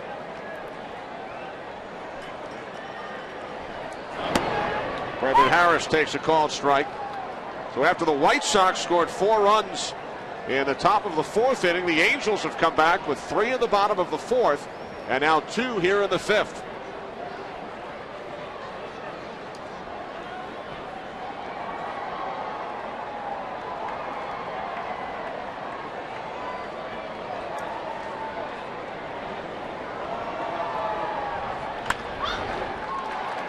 Ramirez moving to his left. 5th inning comes to an end, but the Angels score 2 and take the lead.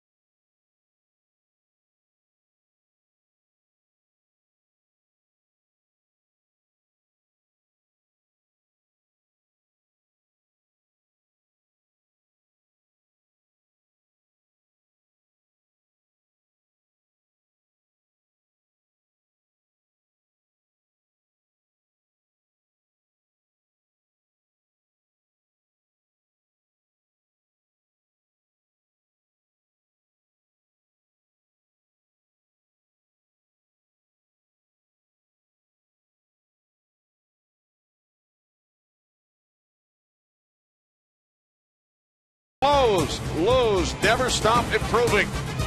And presented by Budweiser, the official beer of Major League Baseball. Great times are waiting. Grab some buds.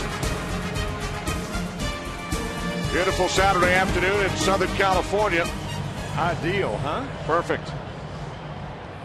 A 5-4 Angels lead as Jeff Keppinger gets set to bat for the first time, replaced Adam Dunn during the last half inning. Dunn leaving the game with back spasms. Keppinger batting just 183 for the White Sox this season, Tim.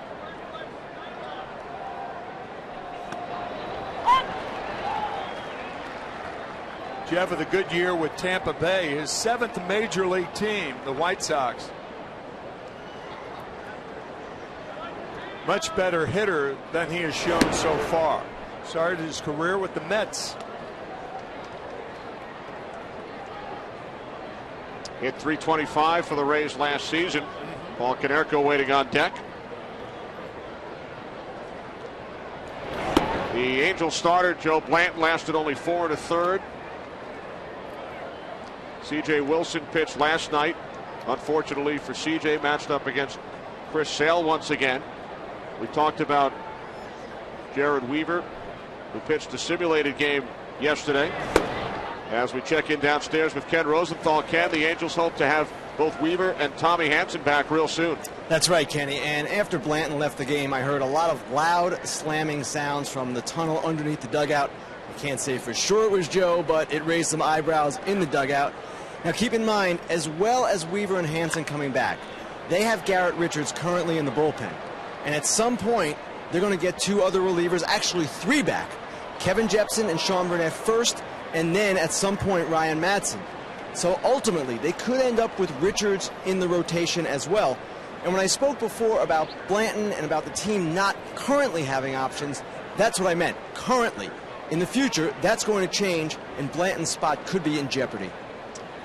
Yeah, and that's exactly what Mike Scioscia was talking about earlier today. Nothing about Blanton's spot being in jeopardy, but the pending returns of some of the other guys you talked about as Keppinger pops out to Ibar, and Scioscia mentioned Madsen and Burnett, Jepson, Weaver, and Hanson.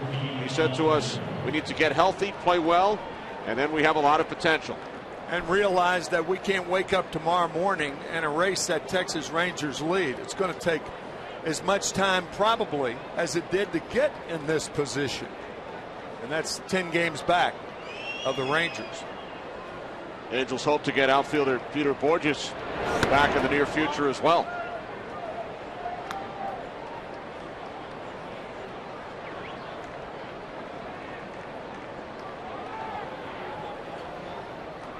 Ball Canerco 2 for 3. Right field, Trumbo moving to his left to retire Canerco. Quickly 2 away here at the top of the 6th inning. So Robert Coelho has retired all 4 batters he has faced. He struck out Ramirez and Rios with the bases loaded in the 5th. That was huge. And now the top 2 retired for the White Sox here in the 6th inning.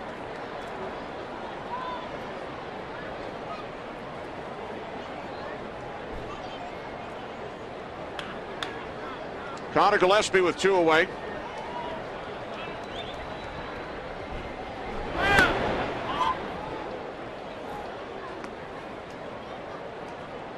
Gillespie 0 for 3, slot out twice and struck out against Blanton.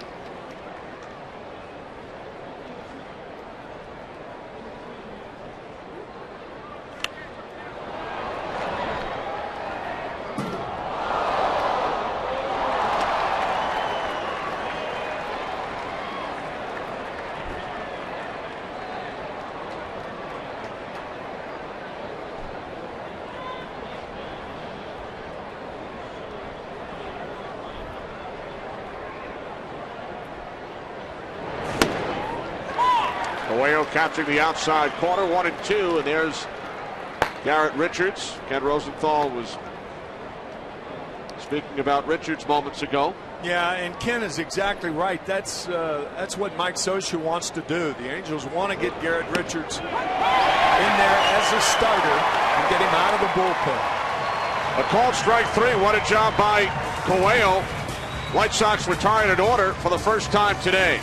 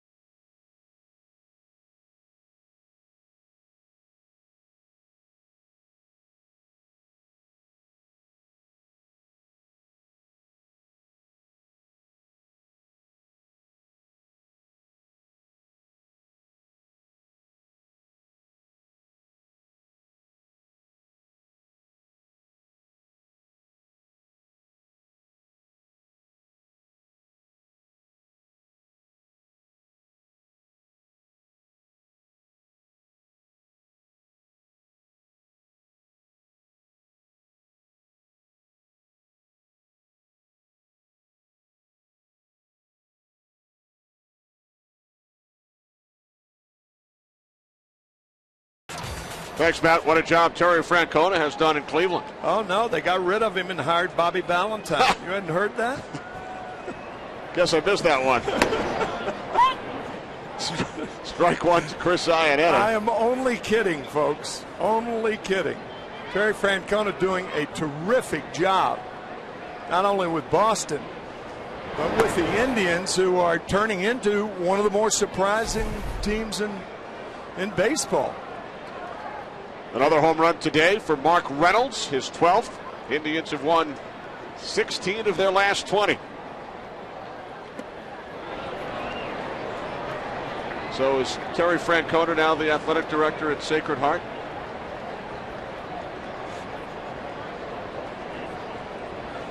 We're only kidding, folks. Oh, of course.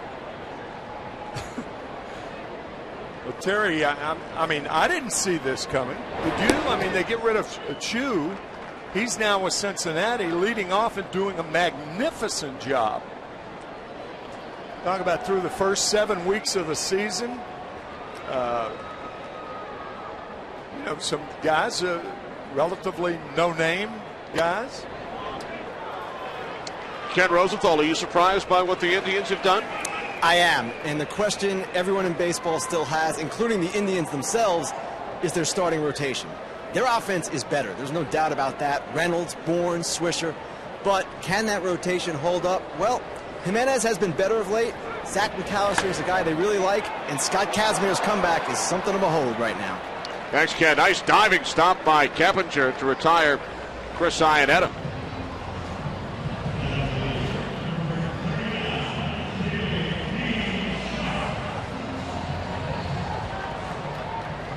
So with one away, here's J.B. Shuck, who walked with the bases loaded in the 4th inning, driving in a run. Scott Kazmier, remember the trade? Everybody was suspicious of that trade from Tampa Bay to the Angels. And now here he is. He hadn't pitched in the majors in 2 years and is one of the most compelling stories in the game right now.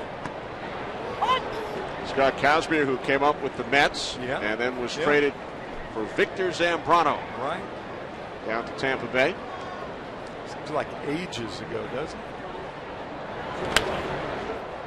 Speaking of the New York Mets, how about the job that Matt Harvey has done this season? Man, another strong performance yesterday, beating the Cubs.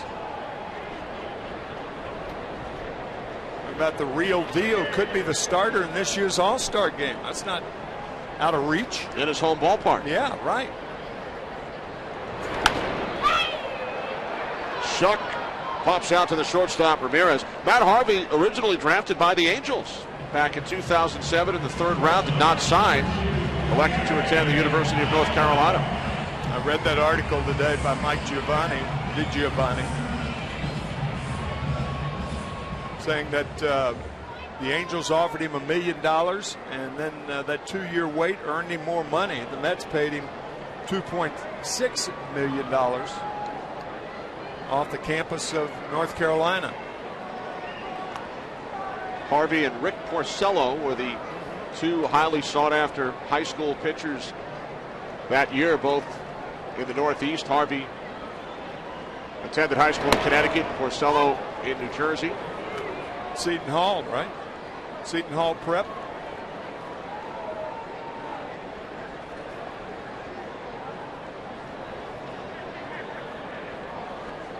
Eric Ibar drove in a run his last time up with a sacrifice fly. And he sends this into center field. Dwayne Wise is under it. A 1-2-3 6th inning for Nate Jones.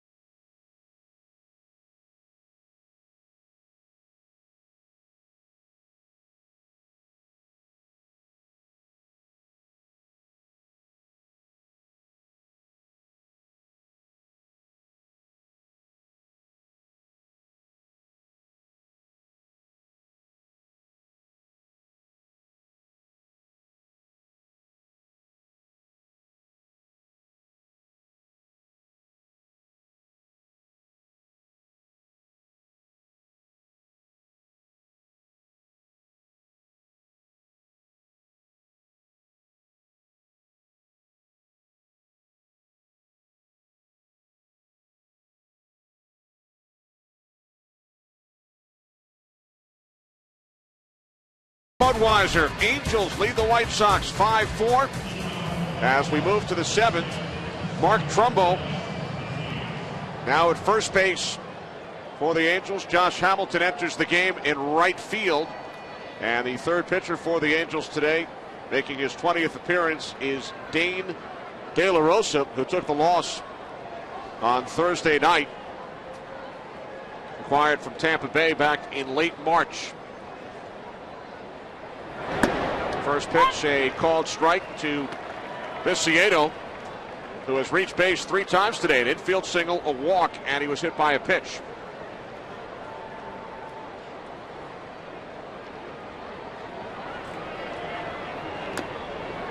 Tim, nice job by both Coelho and Jones.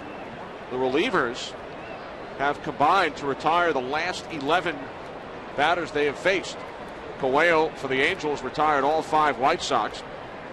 And Jones, after allowing 2 runs in the 5th, has retired 6 in a row for Chicago. Make it 12 straight as Viciedo lines out to the second baseman, Kendrick. Santiago and Blanton, the starters. Santiago did not make it out of the 4th inning. Blanton did not make it out of the 5th. The Fox Sports 1 pitching comparison presented by Fox Sports 1, America's new sports network, coming this August, the 17th of August to be exact. When you check Dane De La Rosa's career, you find it's very easy to root for him. I mean, here's a guy who kicked around in the minor leagues. You mentioned the trade from Tampa Bay to the Angels for Steve Jeltz. He deserves a lot of credit sticking with the years he was making $1,200 a month, beating around in the minors, riding buses. And here he is in the big leagues with a chance to solidify that Angel bullpen. He's 30 years of age. As we mentioned, acquired in late March, late in spring training from Tampa Bay.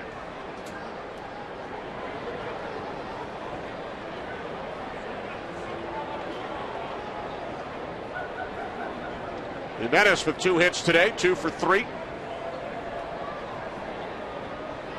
White Sox scored all 4 of their runs in the top of the 4th inning. Rios drove in 2, and then Dunn drove in a pair. Adam Dunn has left the game due to back spasms. Angels with 3 in the bottom of the 4th and then 2 in the 5th. Tyler Green waiting on deck. White Sox have won 4 straight. Angels have lost 3 in a row. White Sox have taken the first 2 games in this series 5-4 and 3-0. Base hit it to left field off the bat of Jimenez, his 3rd hit of the day.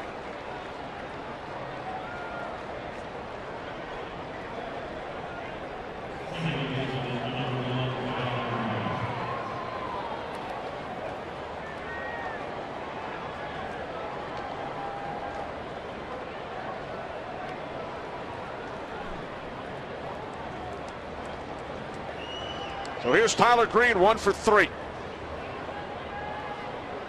Jimenez, the runner on first with 1 out.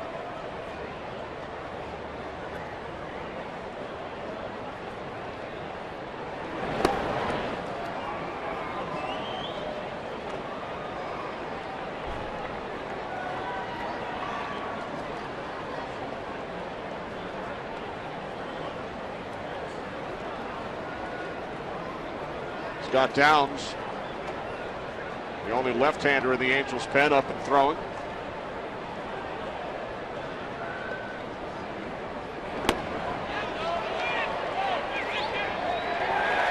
Strike 1, says first base umpire John Hirschbeck. I think that's a good call by John, because it appeared that Tyler went too far, and he did.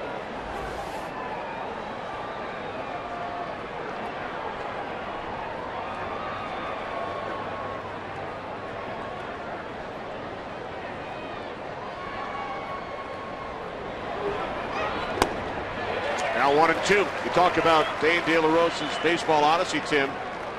Here are some of the teams he has pitched for. The Yuma Scorpions of the Golden Baseball League.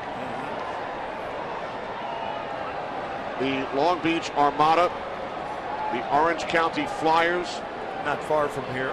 the El Paso Diablos, the Maryland Blue Crabs.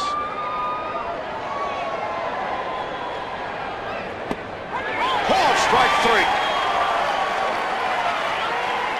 Tyler Green down on strikes. Time now for the Just for Men Auto Stop Foolproof Stat. A look at what the White Sox have done or have not done offensively this season. Ranking towards the bottom in the majors in several categories. Well, in this game, the failure to get a big hit in the first 3 innings, one of the big reasons that the White Sox are trailing now by a run instead of having a blowout against the Angels.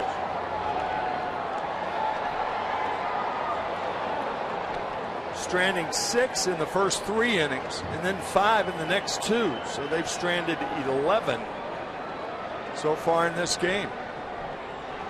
We're only in the 7th.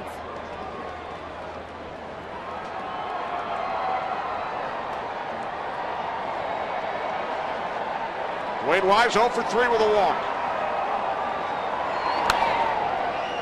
Falls behind, 0-2. So far, the White Sox are like the Chicago Bears, going 20-20. They can't push it in, right? The red zone. They've gone from first to third 3 times. Right. But aside from that 4-run 4th inning, have not been able to go the final 90 feet. Yeah.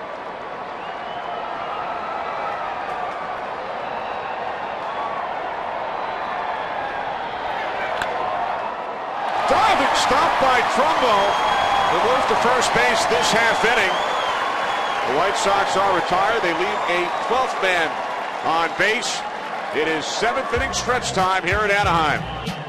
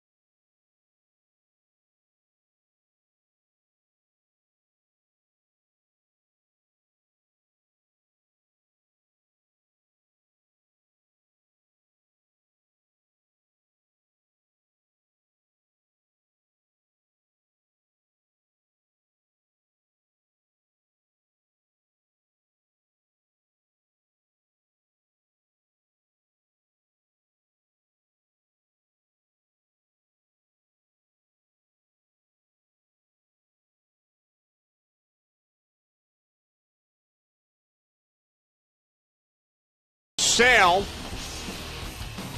retired the first 19 Angels 2 starts ago.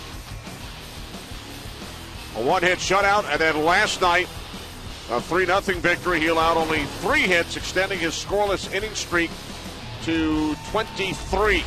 Our Ace Helpful Player Profile brought to you by Ace, the Helpful Place. The last time a pitcher followed up a shutout with an outing of at least 7 innings of shutout ball against the same opponent, you have to go back to Roger Clemens against Milwaukee in 2004.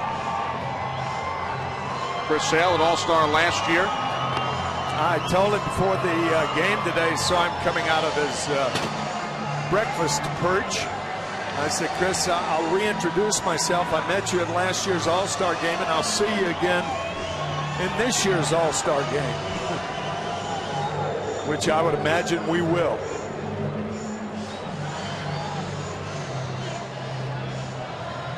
It's also fun to come out to the ballpark yesterday and look for C.J. Wilson. C.J., of course, was a starter against Chris Sale. He lost 2 games in a row. He lost last Sunday and last night, and had a chance to talk to him a couple of weeks ago, and he wanted Bob Gibson's telephone number. And the reason for it, he said, you know what, I've got to pitch inside more, and I want to talk to the guy who did it more than anybody. We had a couple of hitters hit in this game. Well, anyway, I said, well, I'll give Bob a call and give him your cell number. Bob called CJ, and they talked for about 40 minutes specifically about pitching inside. And it's just a matter. CJ's just a delightful guy, and to respect a generation and a half. Bob Gibson, 77 years old now, still lives in Omaha. And that must have been kind of a revelation for both Bob Gibson and C.J. Wilson. It's great to hear about present-day players appreciating the history of the game. Yeah, it is. Absolutely. Plus, it's smart on his part. Why wouldn't you get knowledge from a guy who did it well? Mike Trout facing Nate Jones here in the bottom of the 7th inning, with the Angels leading the White Sox 5-4. Trout singled back in the first. He was hit by a pitch in the third, called out on strikes in the fourth. You mentioned earlier he will not turn 22 years of age until August. Mike, born on August 7th, 1991, the day after the first website was created. He is 1 day younger than the World Wide Web.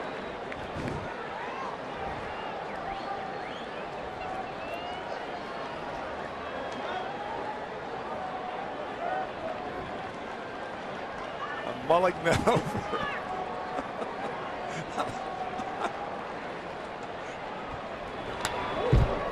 Trying to put the proper significance to that note. Well, when you talk to kids these days, they think the internet's been around forever. That's true. That is true. No, partner. I'm enjoying that. Love it. But I've got to say that I did not know that. Tim is not often left speechless.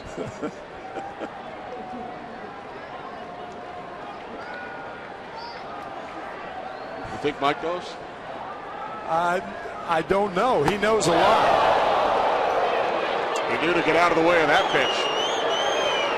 You don't have to know a lot to get out of the way of that pitch. You just have to trust your instincts. And he did.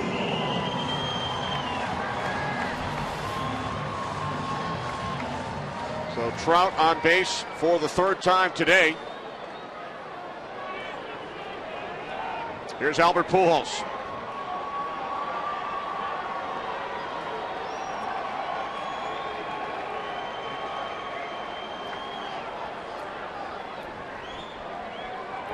Trout goes. Here's the throw down to second. And it is in time. So Trout, who stole 49 bases a season ago, now 8 for 11 here in 2013. That was a very quick release, strong throw, right on the money. Good play on the short hop by Tyler Green to get Mike Trout. Very nicely done.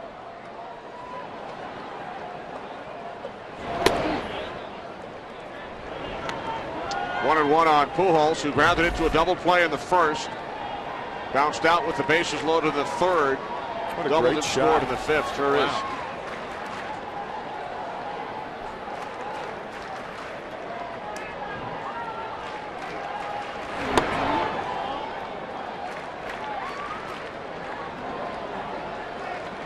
And with that out on the stolen base attempt, Nate Jones has now pitched a career-high 3 innings in today's game. In relief of Hector Santiago, who went 3 1/3. Pujols fouls it back, now 2-2.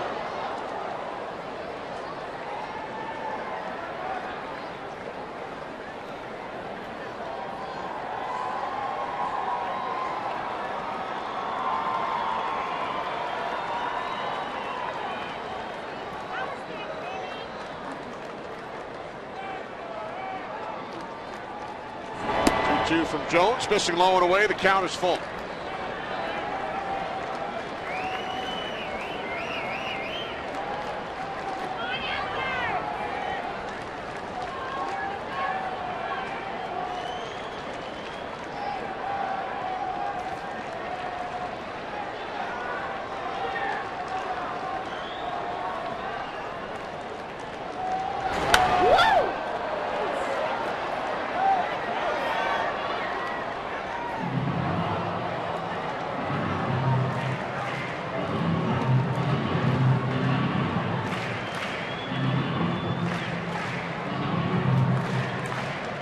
One out, bottom of the 7th inning in Anaheim. Angels leading 5-4. Angels with 3 runs in the 4th inning, 2 in the 5th.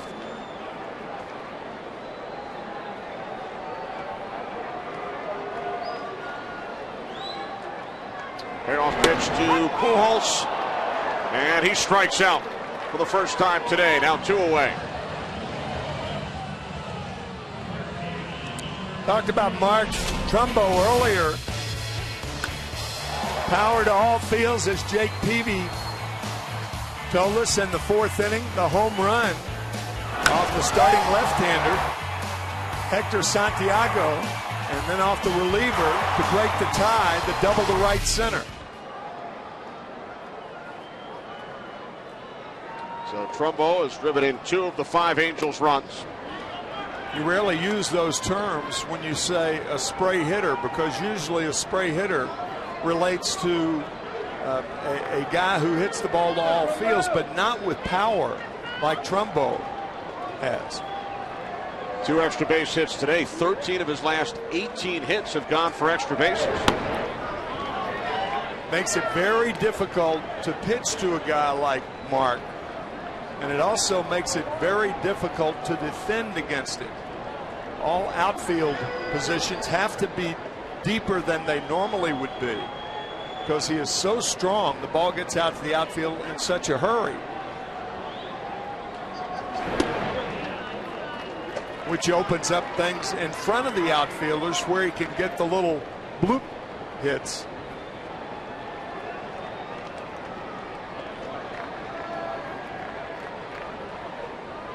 Did a Baltimore game a couple of weeks ago, and there's nobody who respects Mark Trumbo any more than Buck Showalter, manager of the Orioles. Trumbo walks on 4 pitches. Second walk of the inning issued by Jones. He walked Trout leading off the inning, and then he was thrown out attempting to steal second.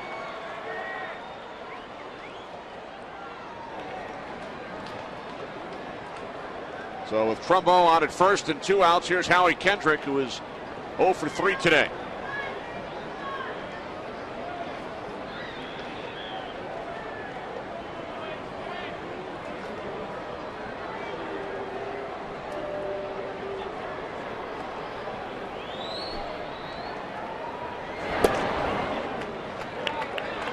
Now Jimenez out for a chat with Jones. Donnie Veal recalled after the game last night, up and throwing in the White Sox pen for manager Robin Ventura.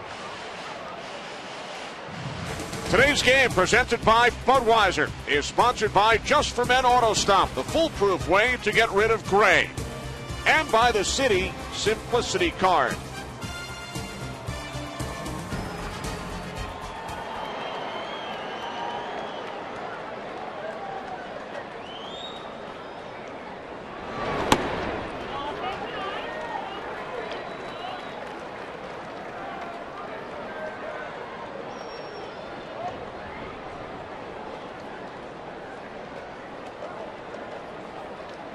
Trumbo, the runner on first. 2-0 count. Howie Kendrick at the plate.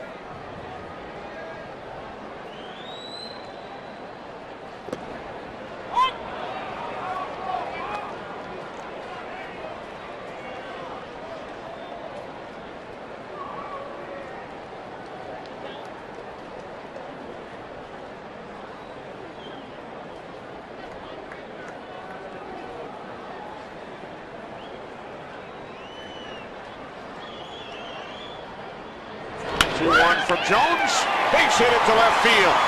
Trumbo around second, he will hold.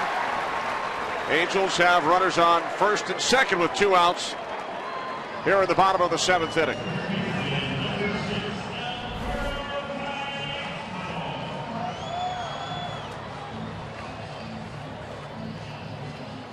Slow walk out to the mound by Robin Ventura.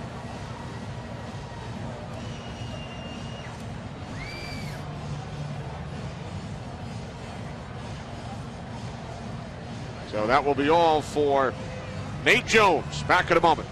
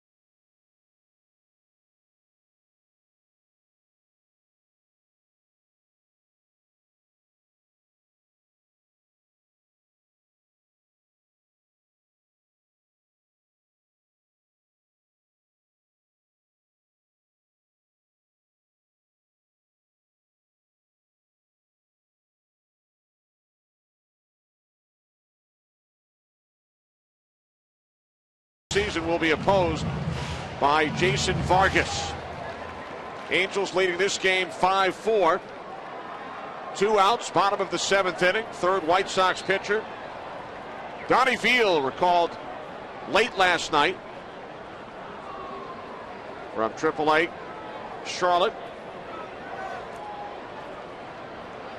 Robin Ventura telling us before the game that he would hope to pitch Donnie against a left-handed batter, and who's on deck? Josh Hamilton. Donnie Veal was on the White Sox opening day roster before he was sent out to Charlotte, facing Alberto Callaspo, who drove in a run with a sacrifice fly his last time up.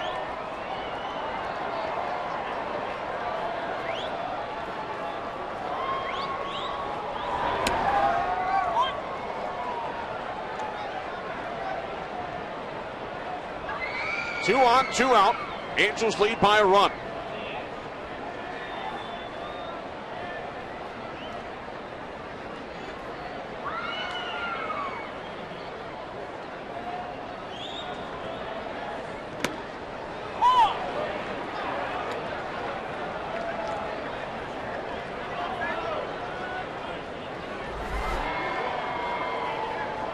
2 sliders to get ahead of Cayaspo.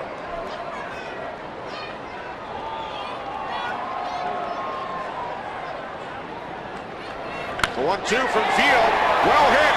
Deep left field. Shot off the bat of Alberto Cayaspo. The Angels now lead 8-4. Third of the season for Cayaspo.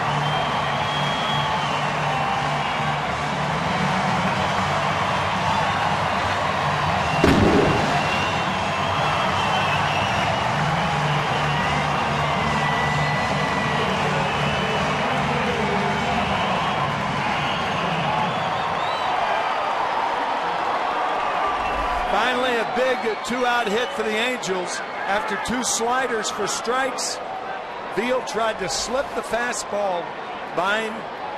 Cayaspo says, no, sir.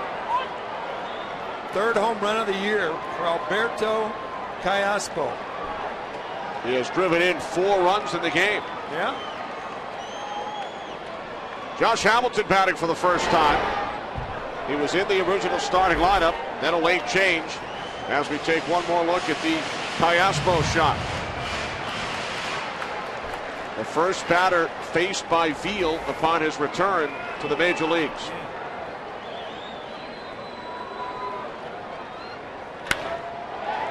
Hamilton with a base hit.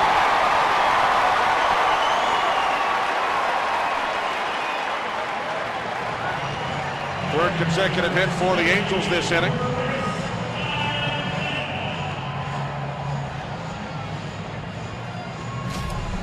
Let's take a look at the sequence to Cayaspo. Veal misses with the fastball and then 2 straight sliders for strikes, and now the fastball trying to come inside. Cayaspo said, I'll handle this one, and he did.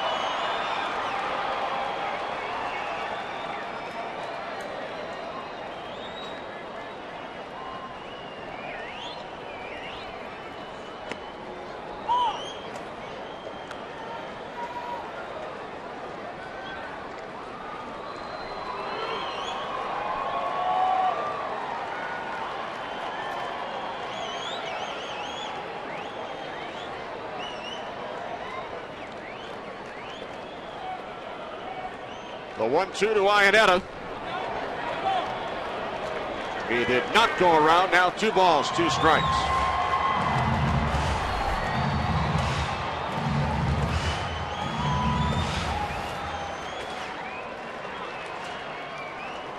Angels with 3 runs in the inning on 3 hits and 2 walks.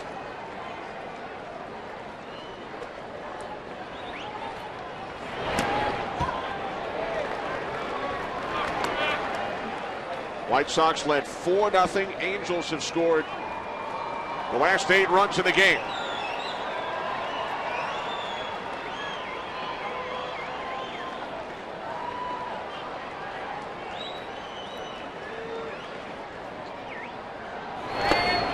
Iannetta walks for the 3rd time today.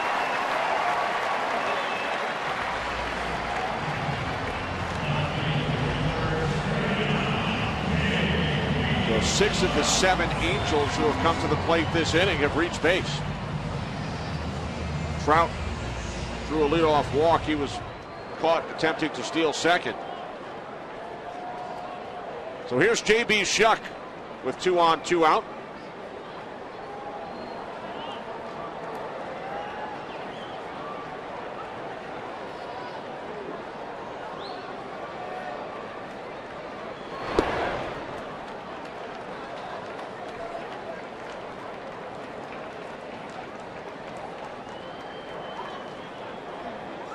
Johnny Veal has not yet retired a batter. First batter he faced, Callaspo took him deep. Josh Hamilton singled, and then the walk to Iannetta. Well hit into the gap and right center. 1 run scores. 2 runs score. It is now 10-4 Angels. Shuck entered the game with 5 runs batted in. He has 3 today.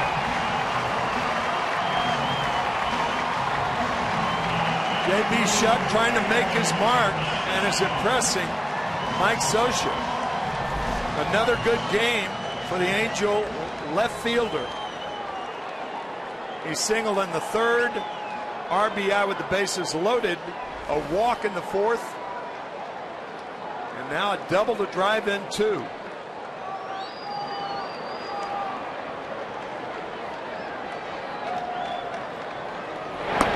So the Angels have scored 5 runs in the inning, and they tie their season high with 10 runs.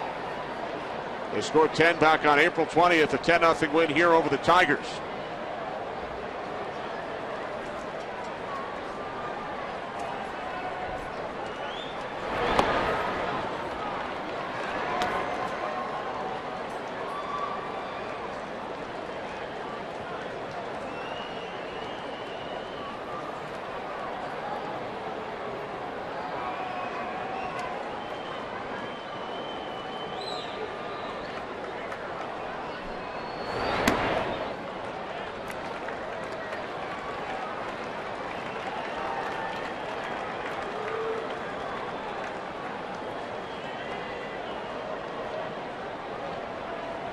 Ryan Omagrasso up in the White Sox pen. Donnie Veal, the 3rd Chicago pitcher today, still looking to record his first out.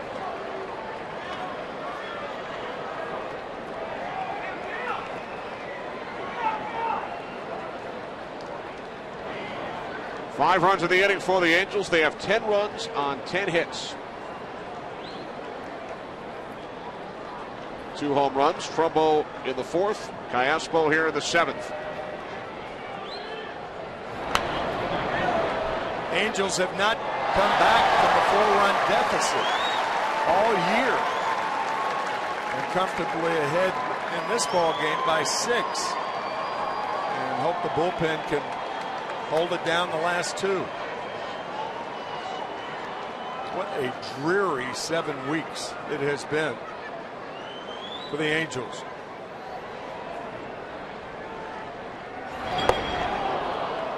Ibar strikes out to end the inning, but the Angels score 5 runs in the 7th. The big blow, the 3-run shot off the bat of Alberto Callaspo.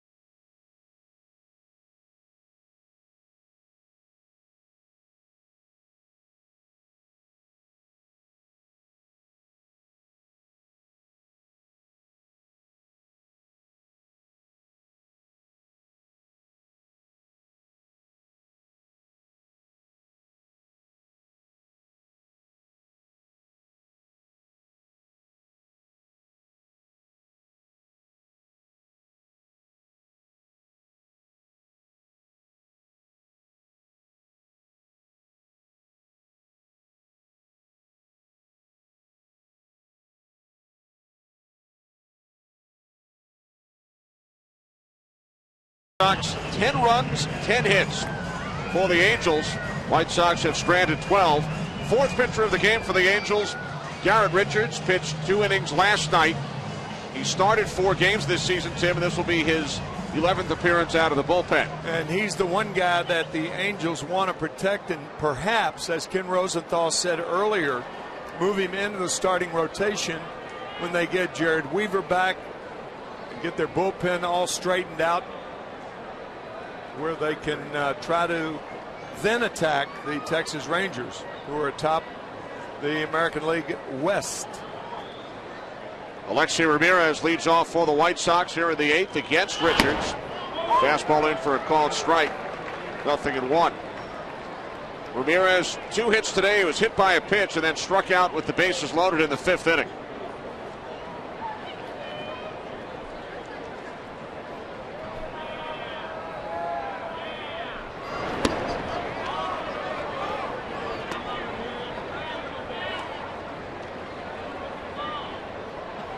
Casper Wells has come out into the on-deck circle to bat for Alex Rios.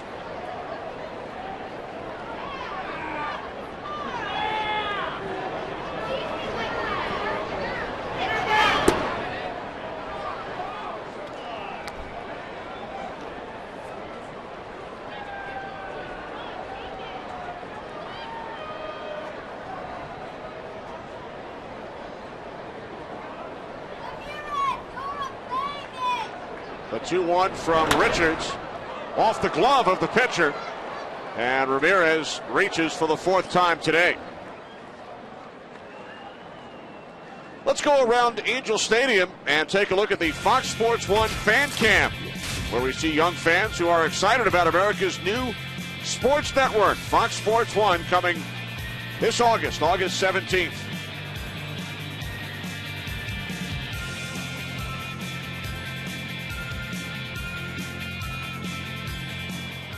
Crowd of 37,165 on hand today, as Casper Wells pinch hits for Alex Rios. Wells acquired from Oakland back in late April, originally drafted by the Detroit Tigers. He has 2 hits in 18 at-bats this season. I got an idea. What about asking the Rolling Stones to help sponsor FS1's debut on August 17th? They are nearby. They are nearby, playing at the Honda Center tonight. Their 50th year of touring. 50 years, my gosh. Started in 1964. I guess that was about 5 years after the Beatles, or 4 years after the Beatles, like 59, 60, something like that. So you're sticking around for the concert tonight? No. I like the Rolling Stones, though. Who doesn't? I mean, come on. Do you ever attend one of their concerts? I have not, no. Honda Center out beyond center field, home of the Anaheim Ducks.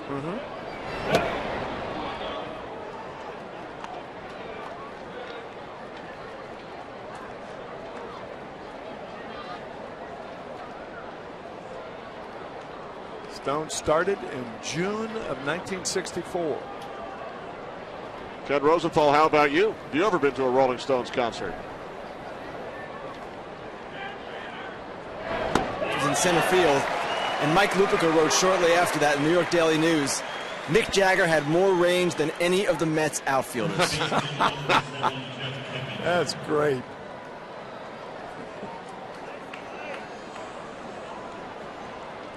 Not sure that is still the case.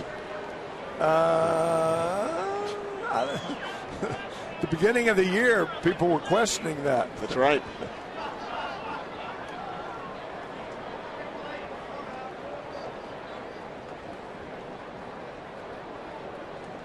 Jeff Keppinger with 1 away.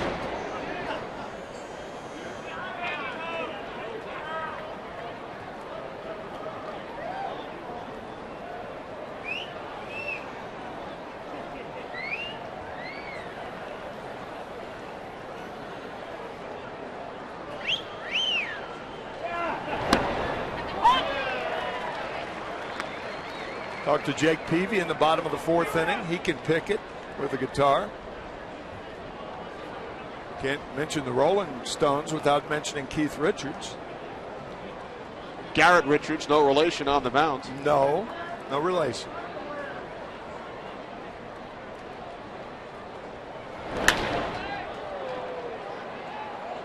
Ibar with the backhand flip, but Ramirez safe at second, so the White Sox now with 2 on, 1 out. Eric does what he can with the backhand flip. A little too much air underneath. And Ramirez is safe.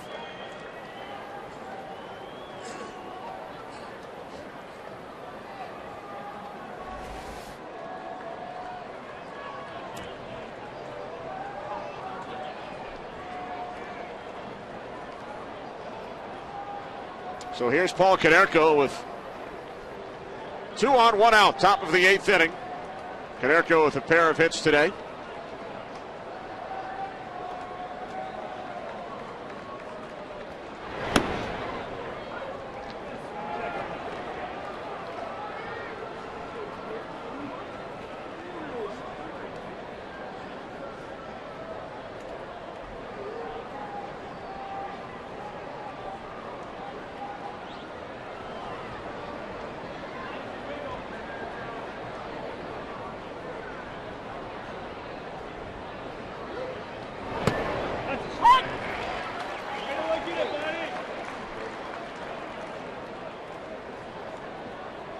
Ten-4 Angels with the lead. Looking to break their 3-game losing streak. They've dropped 5 of their last 6. White Sox have won 4 in a row. Season-long streak for Chicago.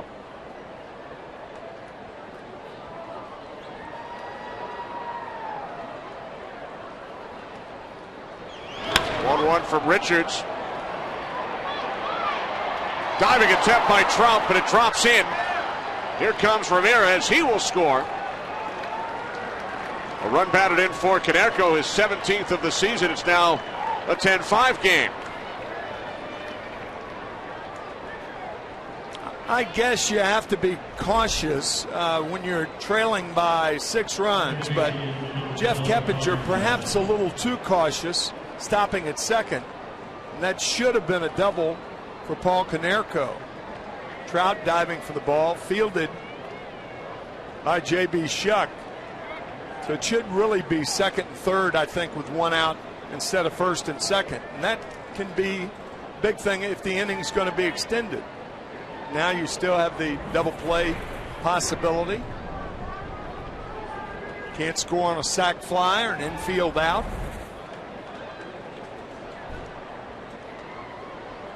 Again, we mentioned it earlier, base running being such a vital part of the game.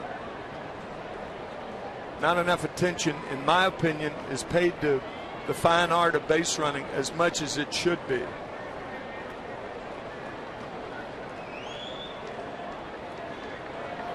Angels scoring the 5 runs to the bottom of the 7th inning. They have had trouble holding leads. Bullpen has been inconsistent this season. Garrett Richards entered the game with a 5-run lead. It's now with a 6-run lead. It's now 10-5 with 2 on, still only 1 out. Now facing Connor Gillespie. Gillespie today is 0 for 4.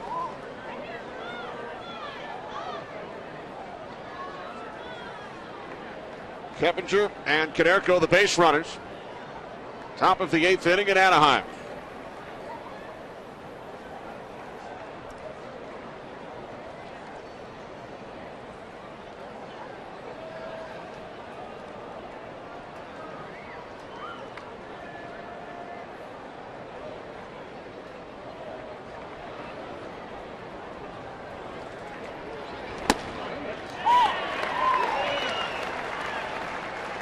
That's the best pitch Richards has thrown in this inning.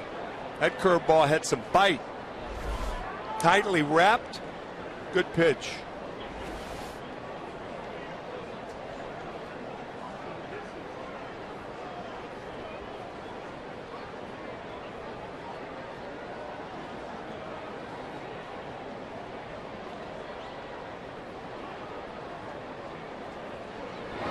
0-2 to Gillespie, a called strike 3. The best description of the good curveball I heard once from Jim Palmer, saying that it should be as though you were pulling down a curtain. Pulling down a curtain. A good pitch by Richards.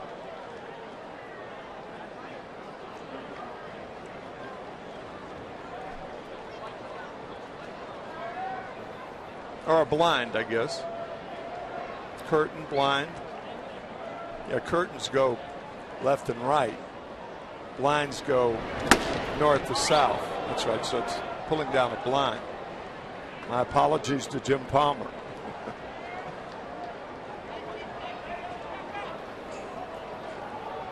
So we've talked in describing pitches today about curtains, blinds, and doorknobs.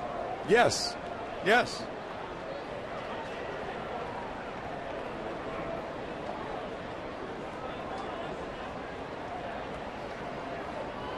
Viciedo with 2 away.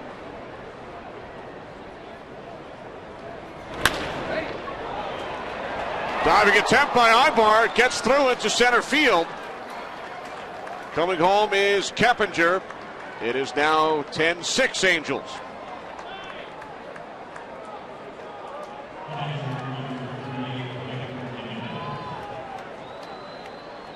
And that will be all for Garrett Richards. Mike Scioscia to make a move. Season high 16 hits for the Chicago White Sox today, but they still trail by 4.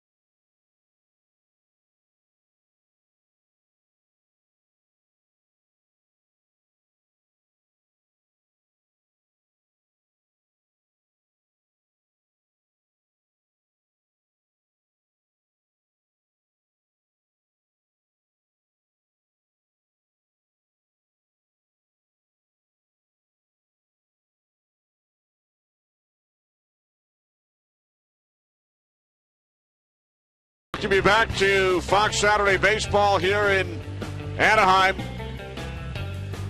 Angels had a 10-4 lead entering the 8th inning.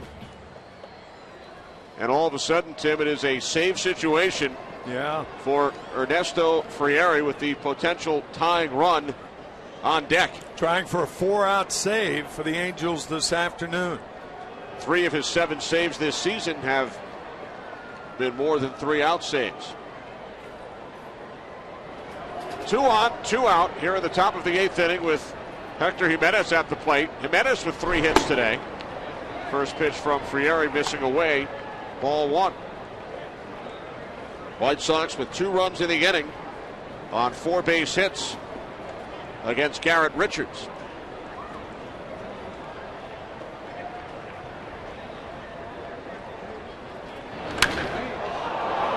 Deep right field. Hamilton back, looking up. It's gone. A 3-run shot off the bat of Hector Jimenez. It is now 10-9 Angels.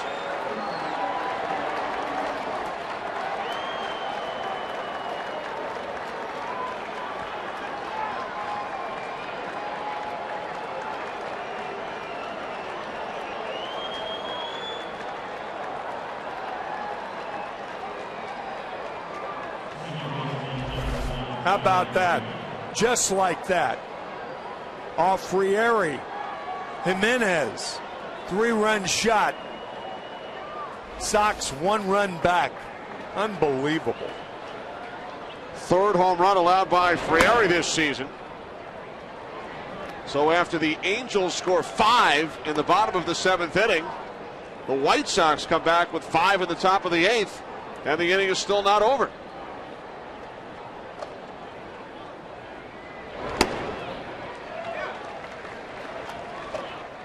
Mike Scioscia bemoaning that fact, and even going back to that game in Oakland a couple of weeks ago where they had a 5-run lead in the 8th inning. And now Green with a shot to right field. This will stay in the ballpark. It's in the glove of Hamilton. The A's caught them, and that was that 20-inning game that they lost to Oakland. Of a lot of bad losses this year, that probably was the toughest.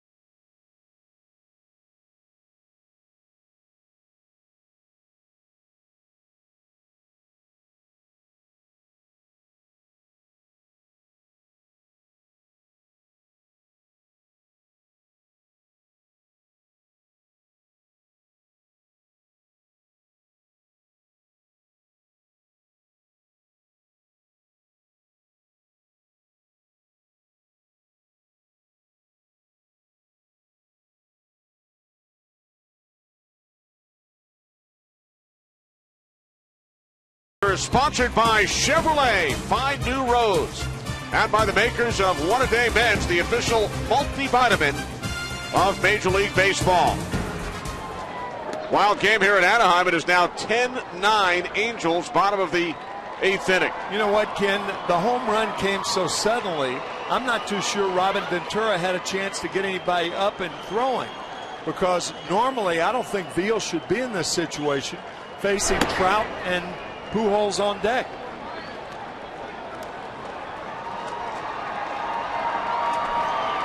Matt Lindstrom now up and throwing in the White Sox pen. White Sox scoring 5 runs at the top of the 8th. Yeah, you got a 1-run ball game now, and not a crooked letter or crooked number up there. Twice, Tim, in the last inning,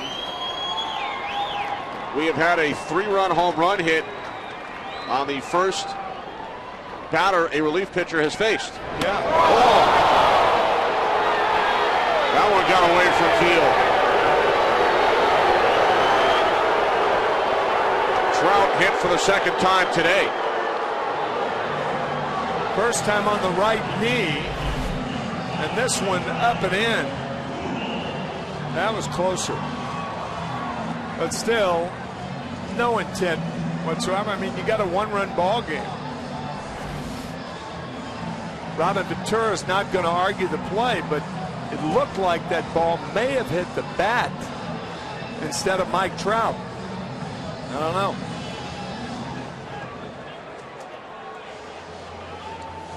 So now Veal will exit. Right.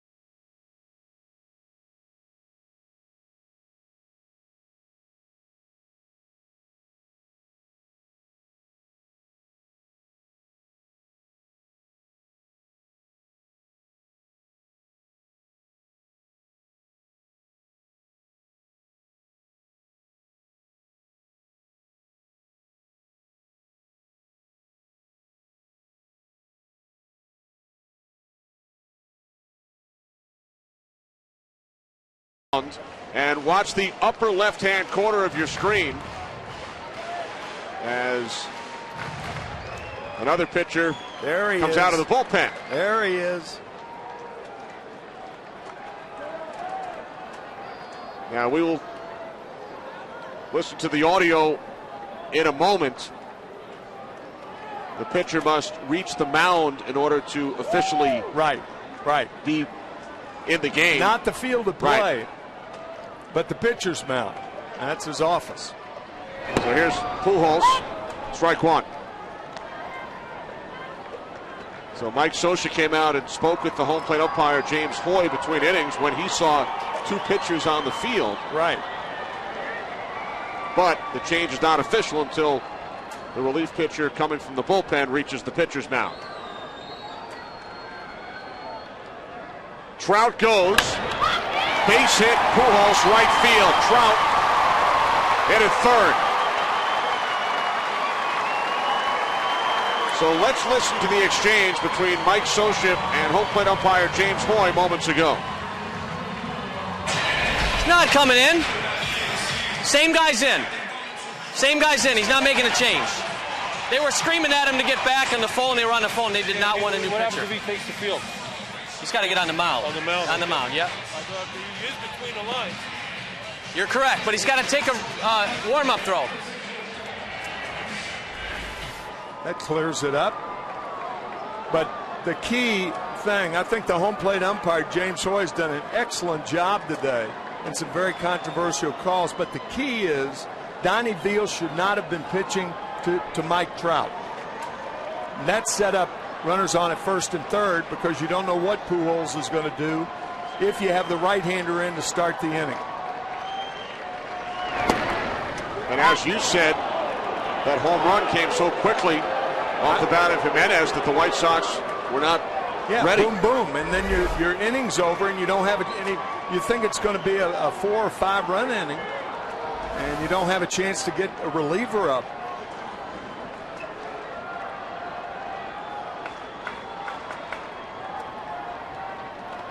Pitch in the dirt. Nice block by Jimenez.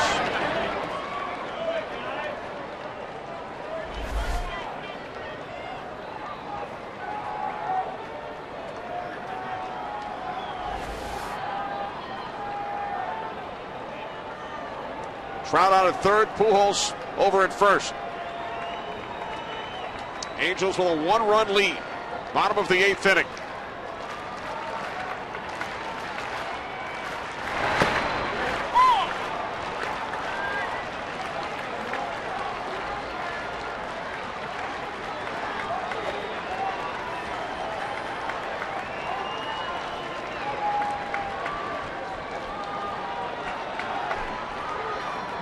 Look at that.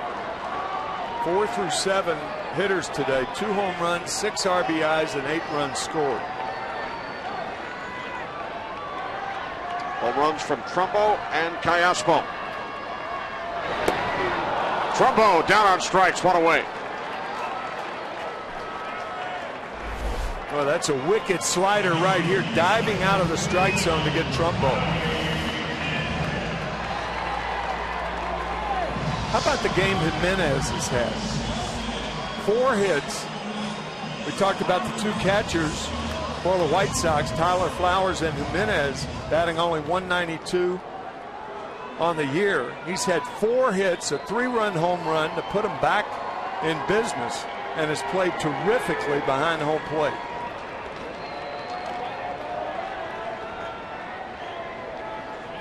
Here's Kendrick. With runners on the corners, 1 out.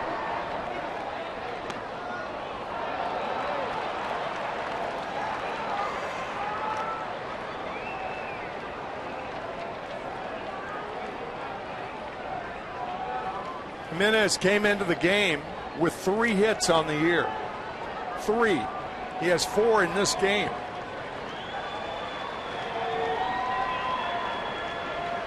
And he's driven in 3 runs. Yeah.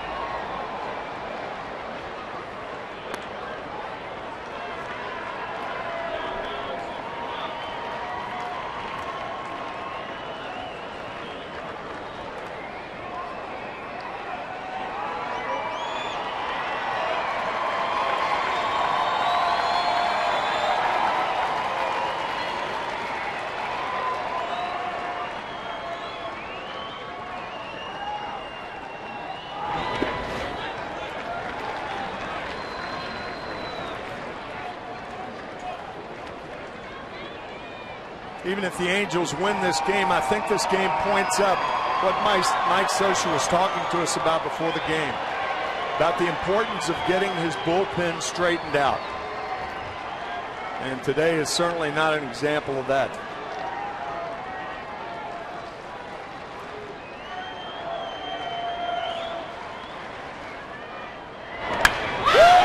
Kendrick into the right field corner. Trout scores. Pujols to third. Angels now lead 11-9.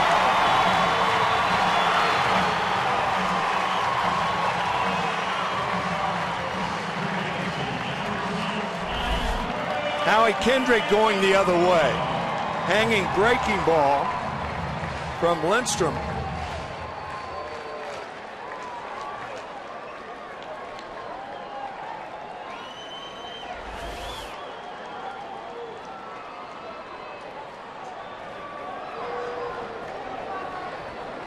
Infield in with Callaspo at the plate. Took field deep in the 7th inning, a 3-run shot. Callaspo with 2 hits today has driven in 4 runs.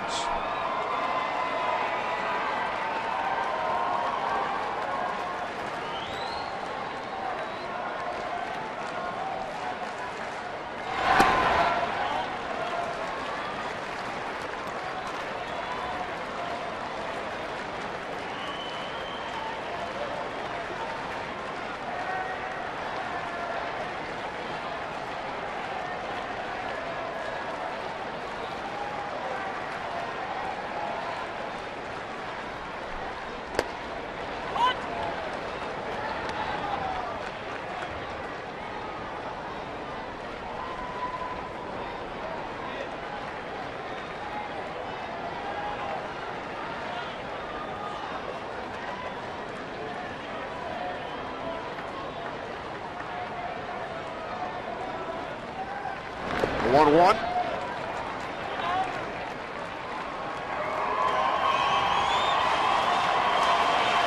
A combined 20 runs on 29 hits.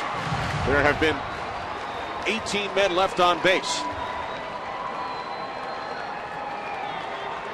9 pitchers used in the game so far.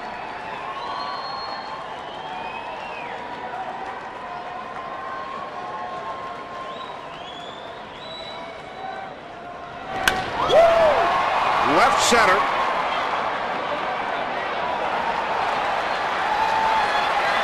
To the plate.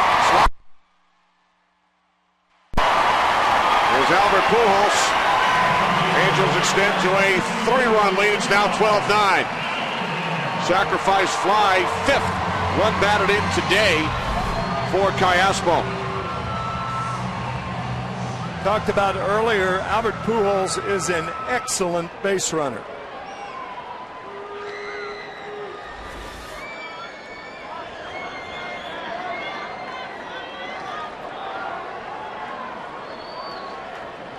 Season high 12 runs for the Angels.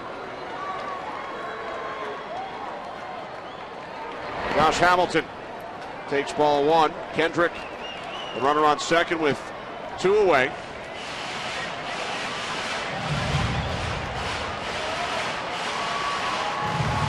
Looking ahead, Tim, to the top of the 9th. White Sox have Wise due up, then Ramirez, and then Casper Wells, who pinch hit for the red-hot Alex Rios back in the 8th inning. I get your drift. Here it is, a 3-run game. If it remains that way, and the first 2 guys get on for the White Sox, instead of having Rios at the plate, Casper Wells will be there. Of course, he's a major league hitter, but the hottest guy, one of the hottest guys in the American League now, is Alex Rios. Wells pinch hit for Rios when it was a 6-run deficit. Right. It was a 10-4 ball game. And now the White Sox will intentionally walk Josh Hamilton. And pitch to Chris Iannetta.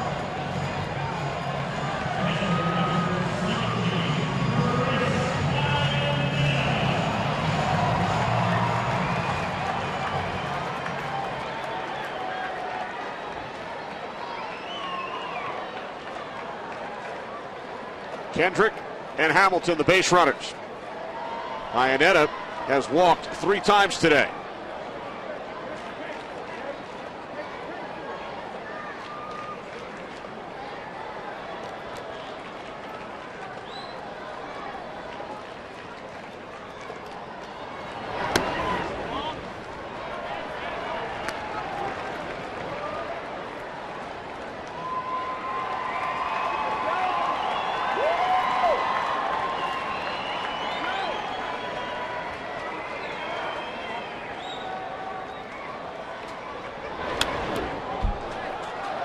Kendrick to third, Hamilton to second. That ball looked like it went through the webbing of the catcher, Jimenez.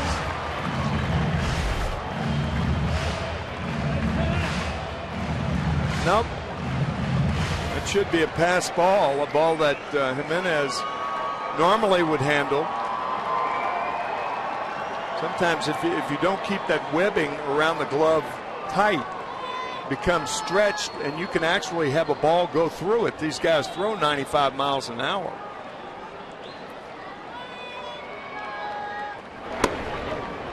So we have had 2 pass balls in the game, 4 hit batsmen. Yeah. 21 runs on 29 hits.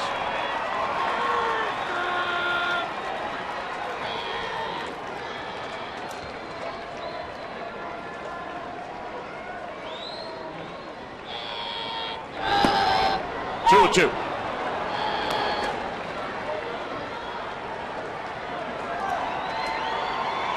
We've also seen the White Sox go out in front. The Angels come from behind. The Angels extend their lead, and then the White Sox come to within 1 run before this bottom of the 8th. When you look at the line score, There has not been a half inning during which only 1 run was scored. Couple of 2s, Yeah. a 3, a 4, and 2 5s. All or nothing at all.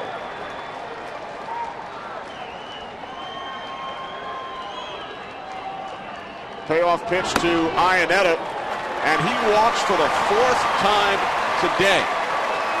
After having already walked 4 times in a game earlier this year.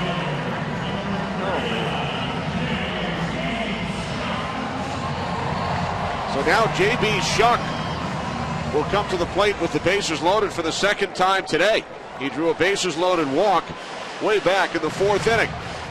I think the catcher, Jimenez, should get a pitching toe. He's been on the mound today as much as some of the Chicago White Sox pitchers. One trip to the mound after another.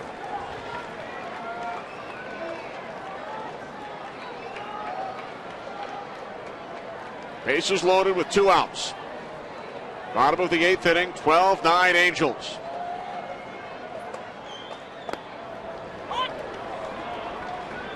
Talk about speeding up the game. That's one way to speed up the game. Limit a catcher going to the mound once an inning, or perhaps twice a game, maybe. If they hadn't figured it out before the game, there's no sense talking about it during the game. Did you not enjoy your trips to the mound? No. Never? No.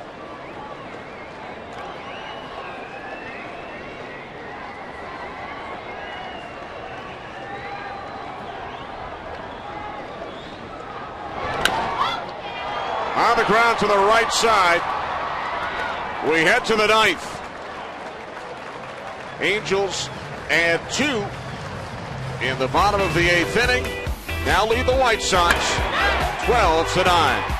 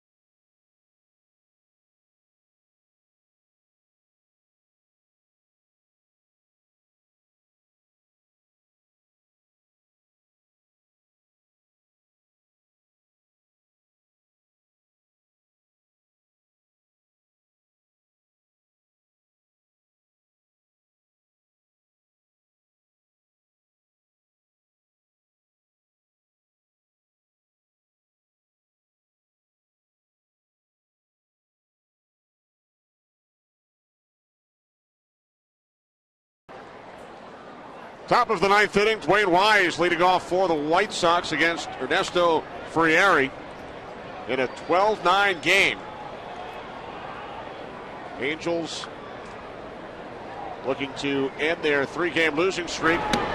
White Sox winning the first 2 games of this series. Wise is 0 for 4 with a walk today. Alexei Ramirez waiting on deck.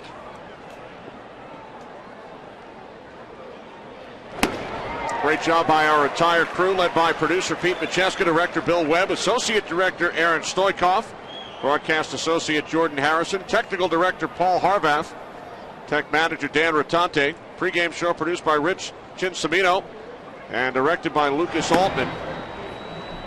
Wayne Fiddleman crunching the numbers along with Ben Boma and Dennis D'Agostino.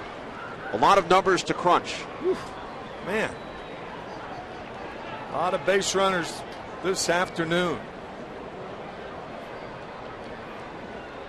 A lot of fat pitches to hit. And balls out of the strike zone. Wise down on strikes, one away. Time now for the King play of the game, brought to you by Burger King, where taste is king. 7th inning. Alberto Callaspo, 3-run shot off Donnie Field. Callaspo has driven in 5 of the Angels' 12 runs today. There have been 21 runs scored and 21 runners left on base. Ramirez, strike one.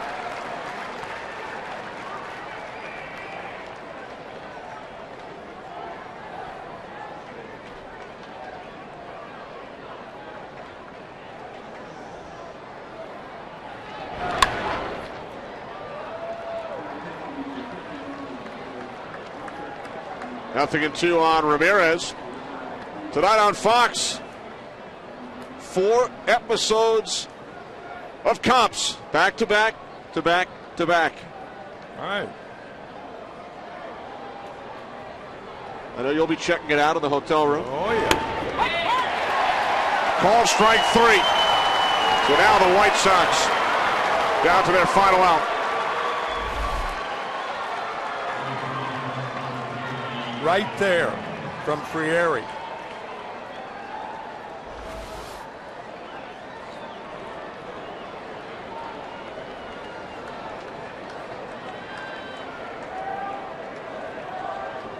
Casper Wells, who struck out of the 8th, pinch hitting for Alex Rios. Strike 1. Jake Peavy, Jason Vargas. The pitching matchup tomorrow in the series finale. White Sox took the first 2. Angels 1 out away from taking this one.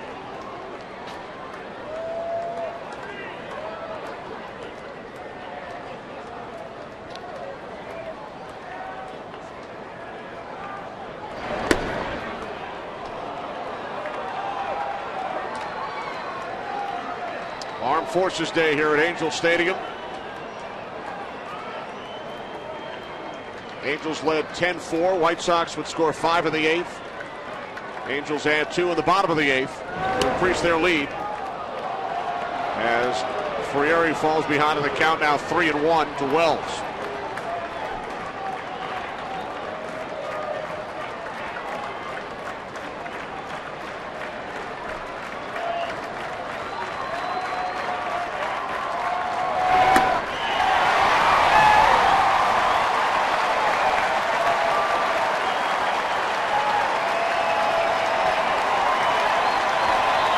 Fans rise to their collective feet.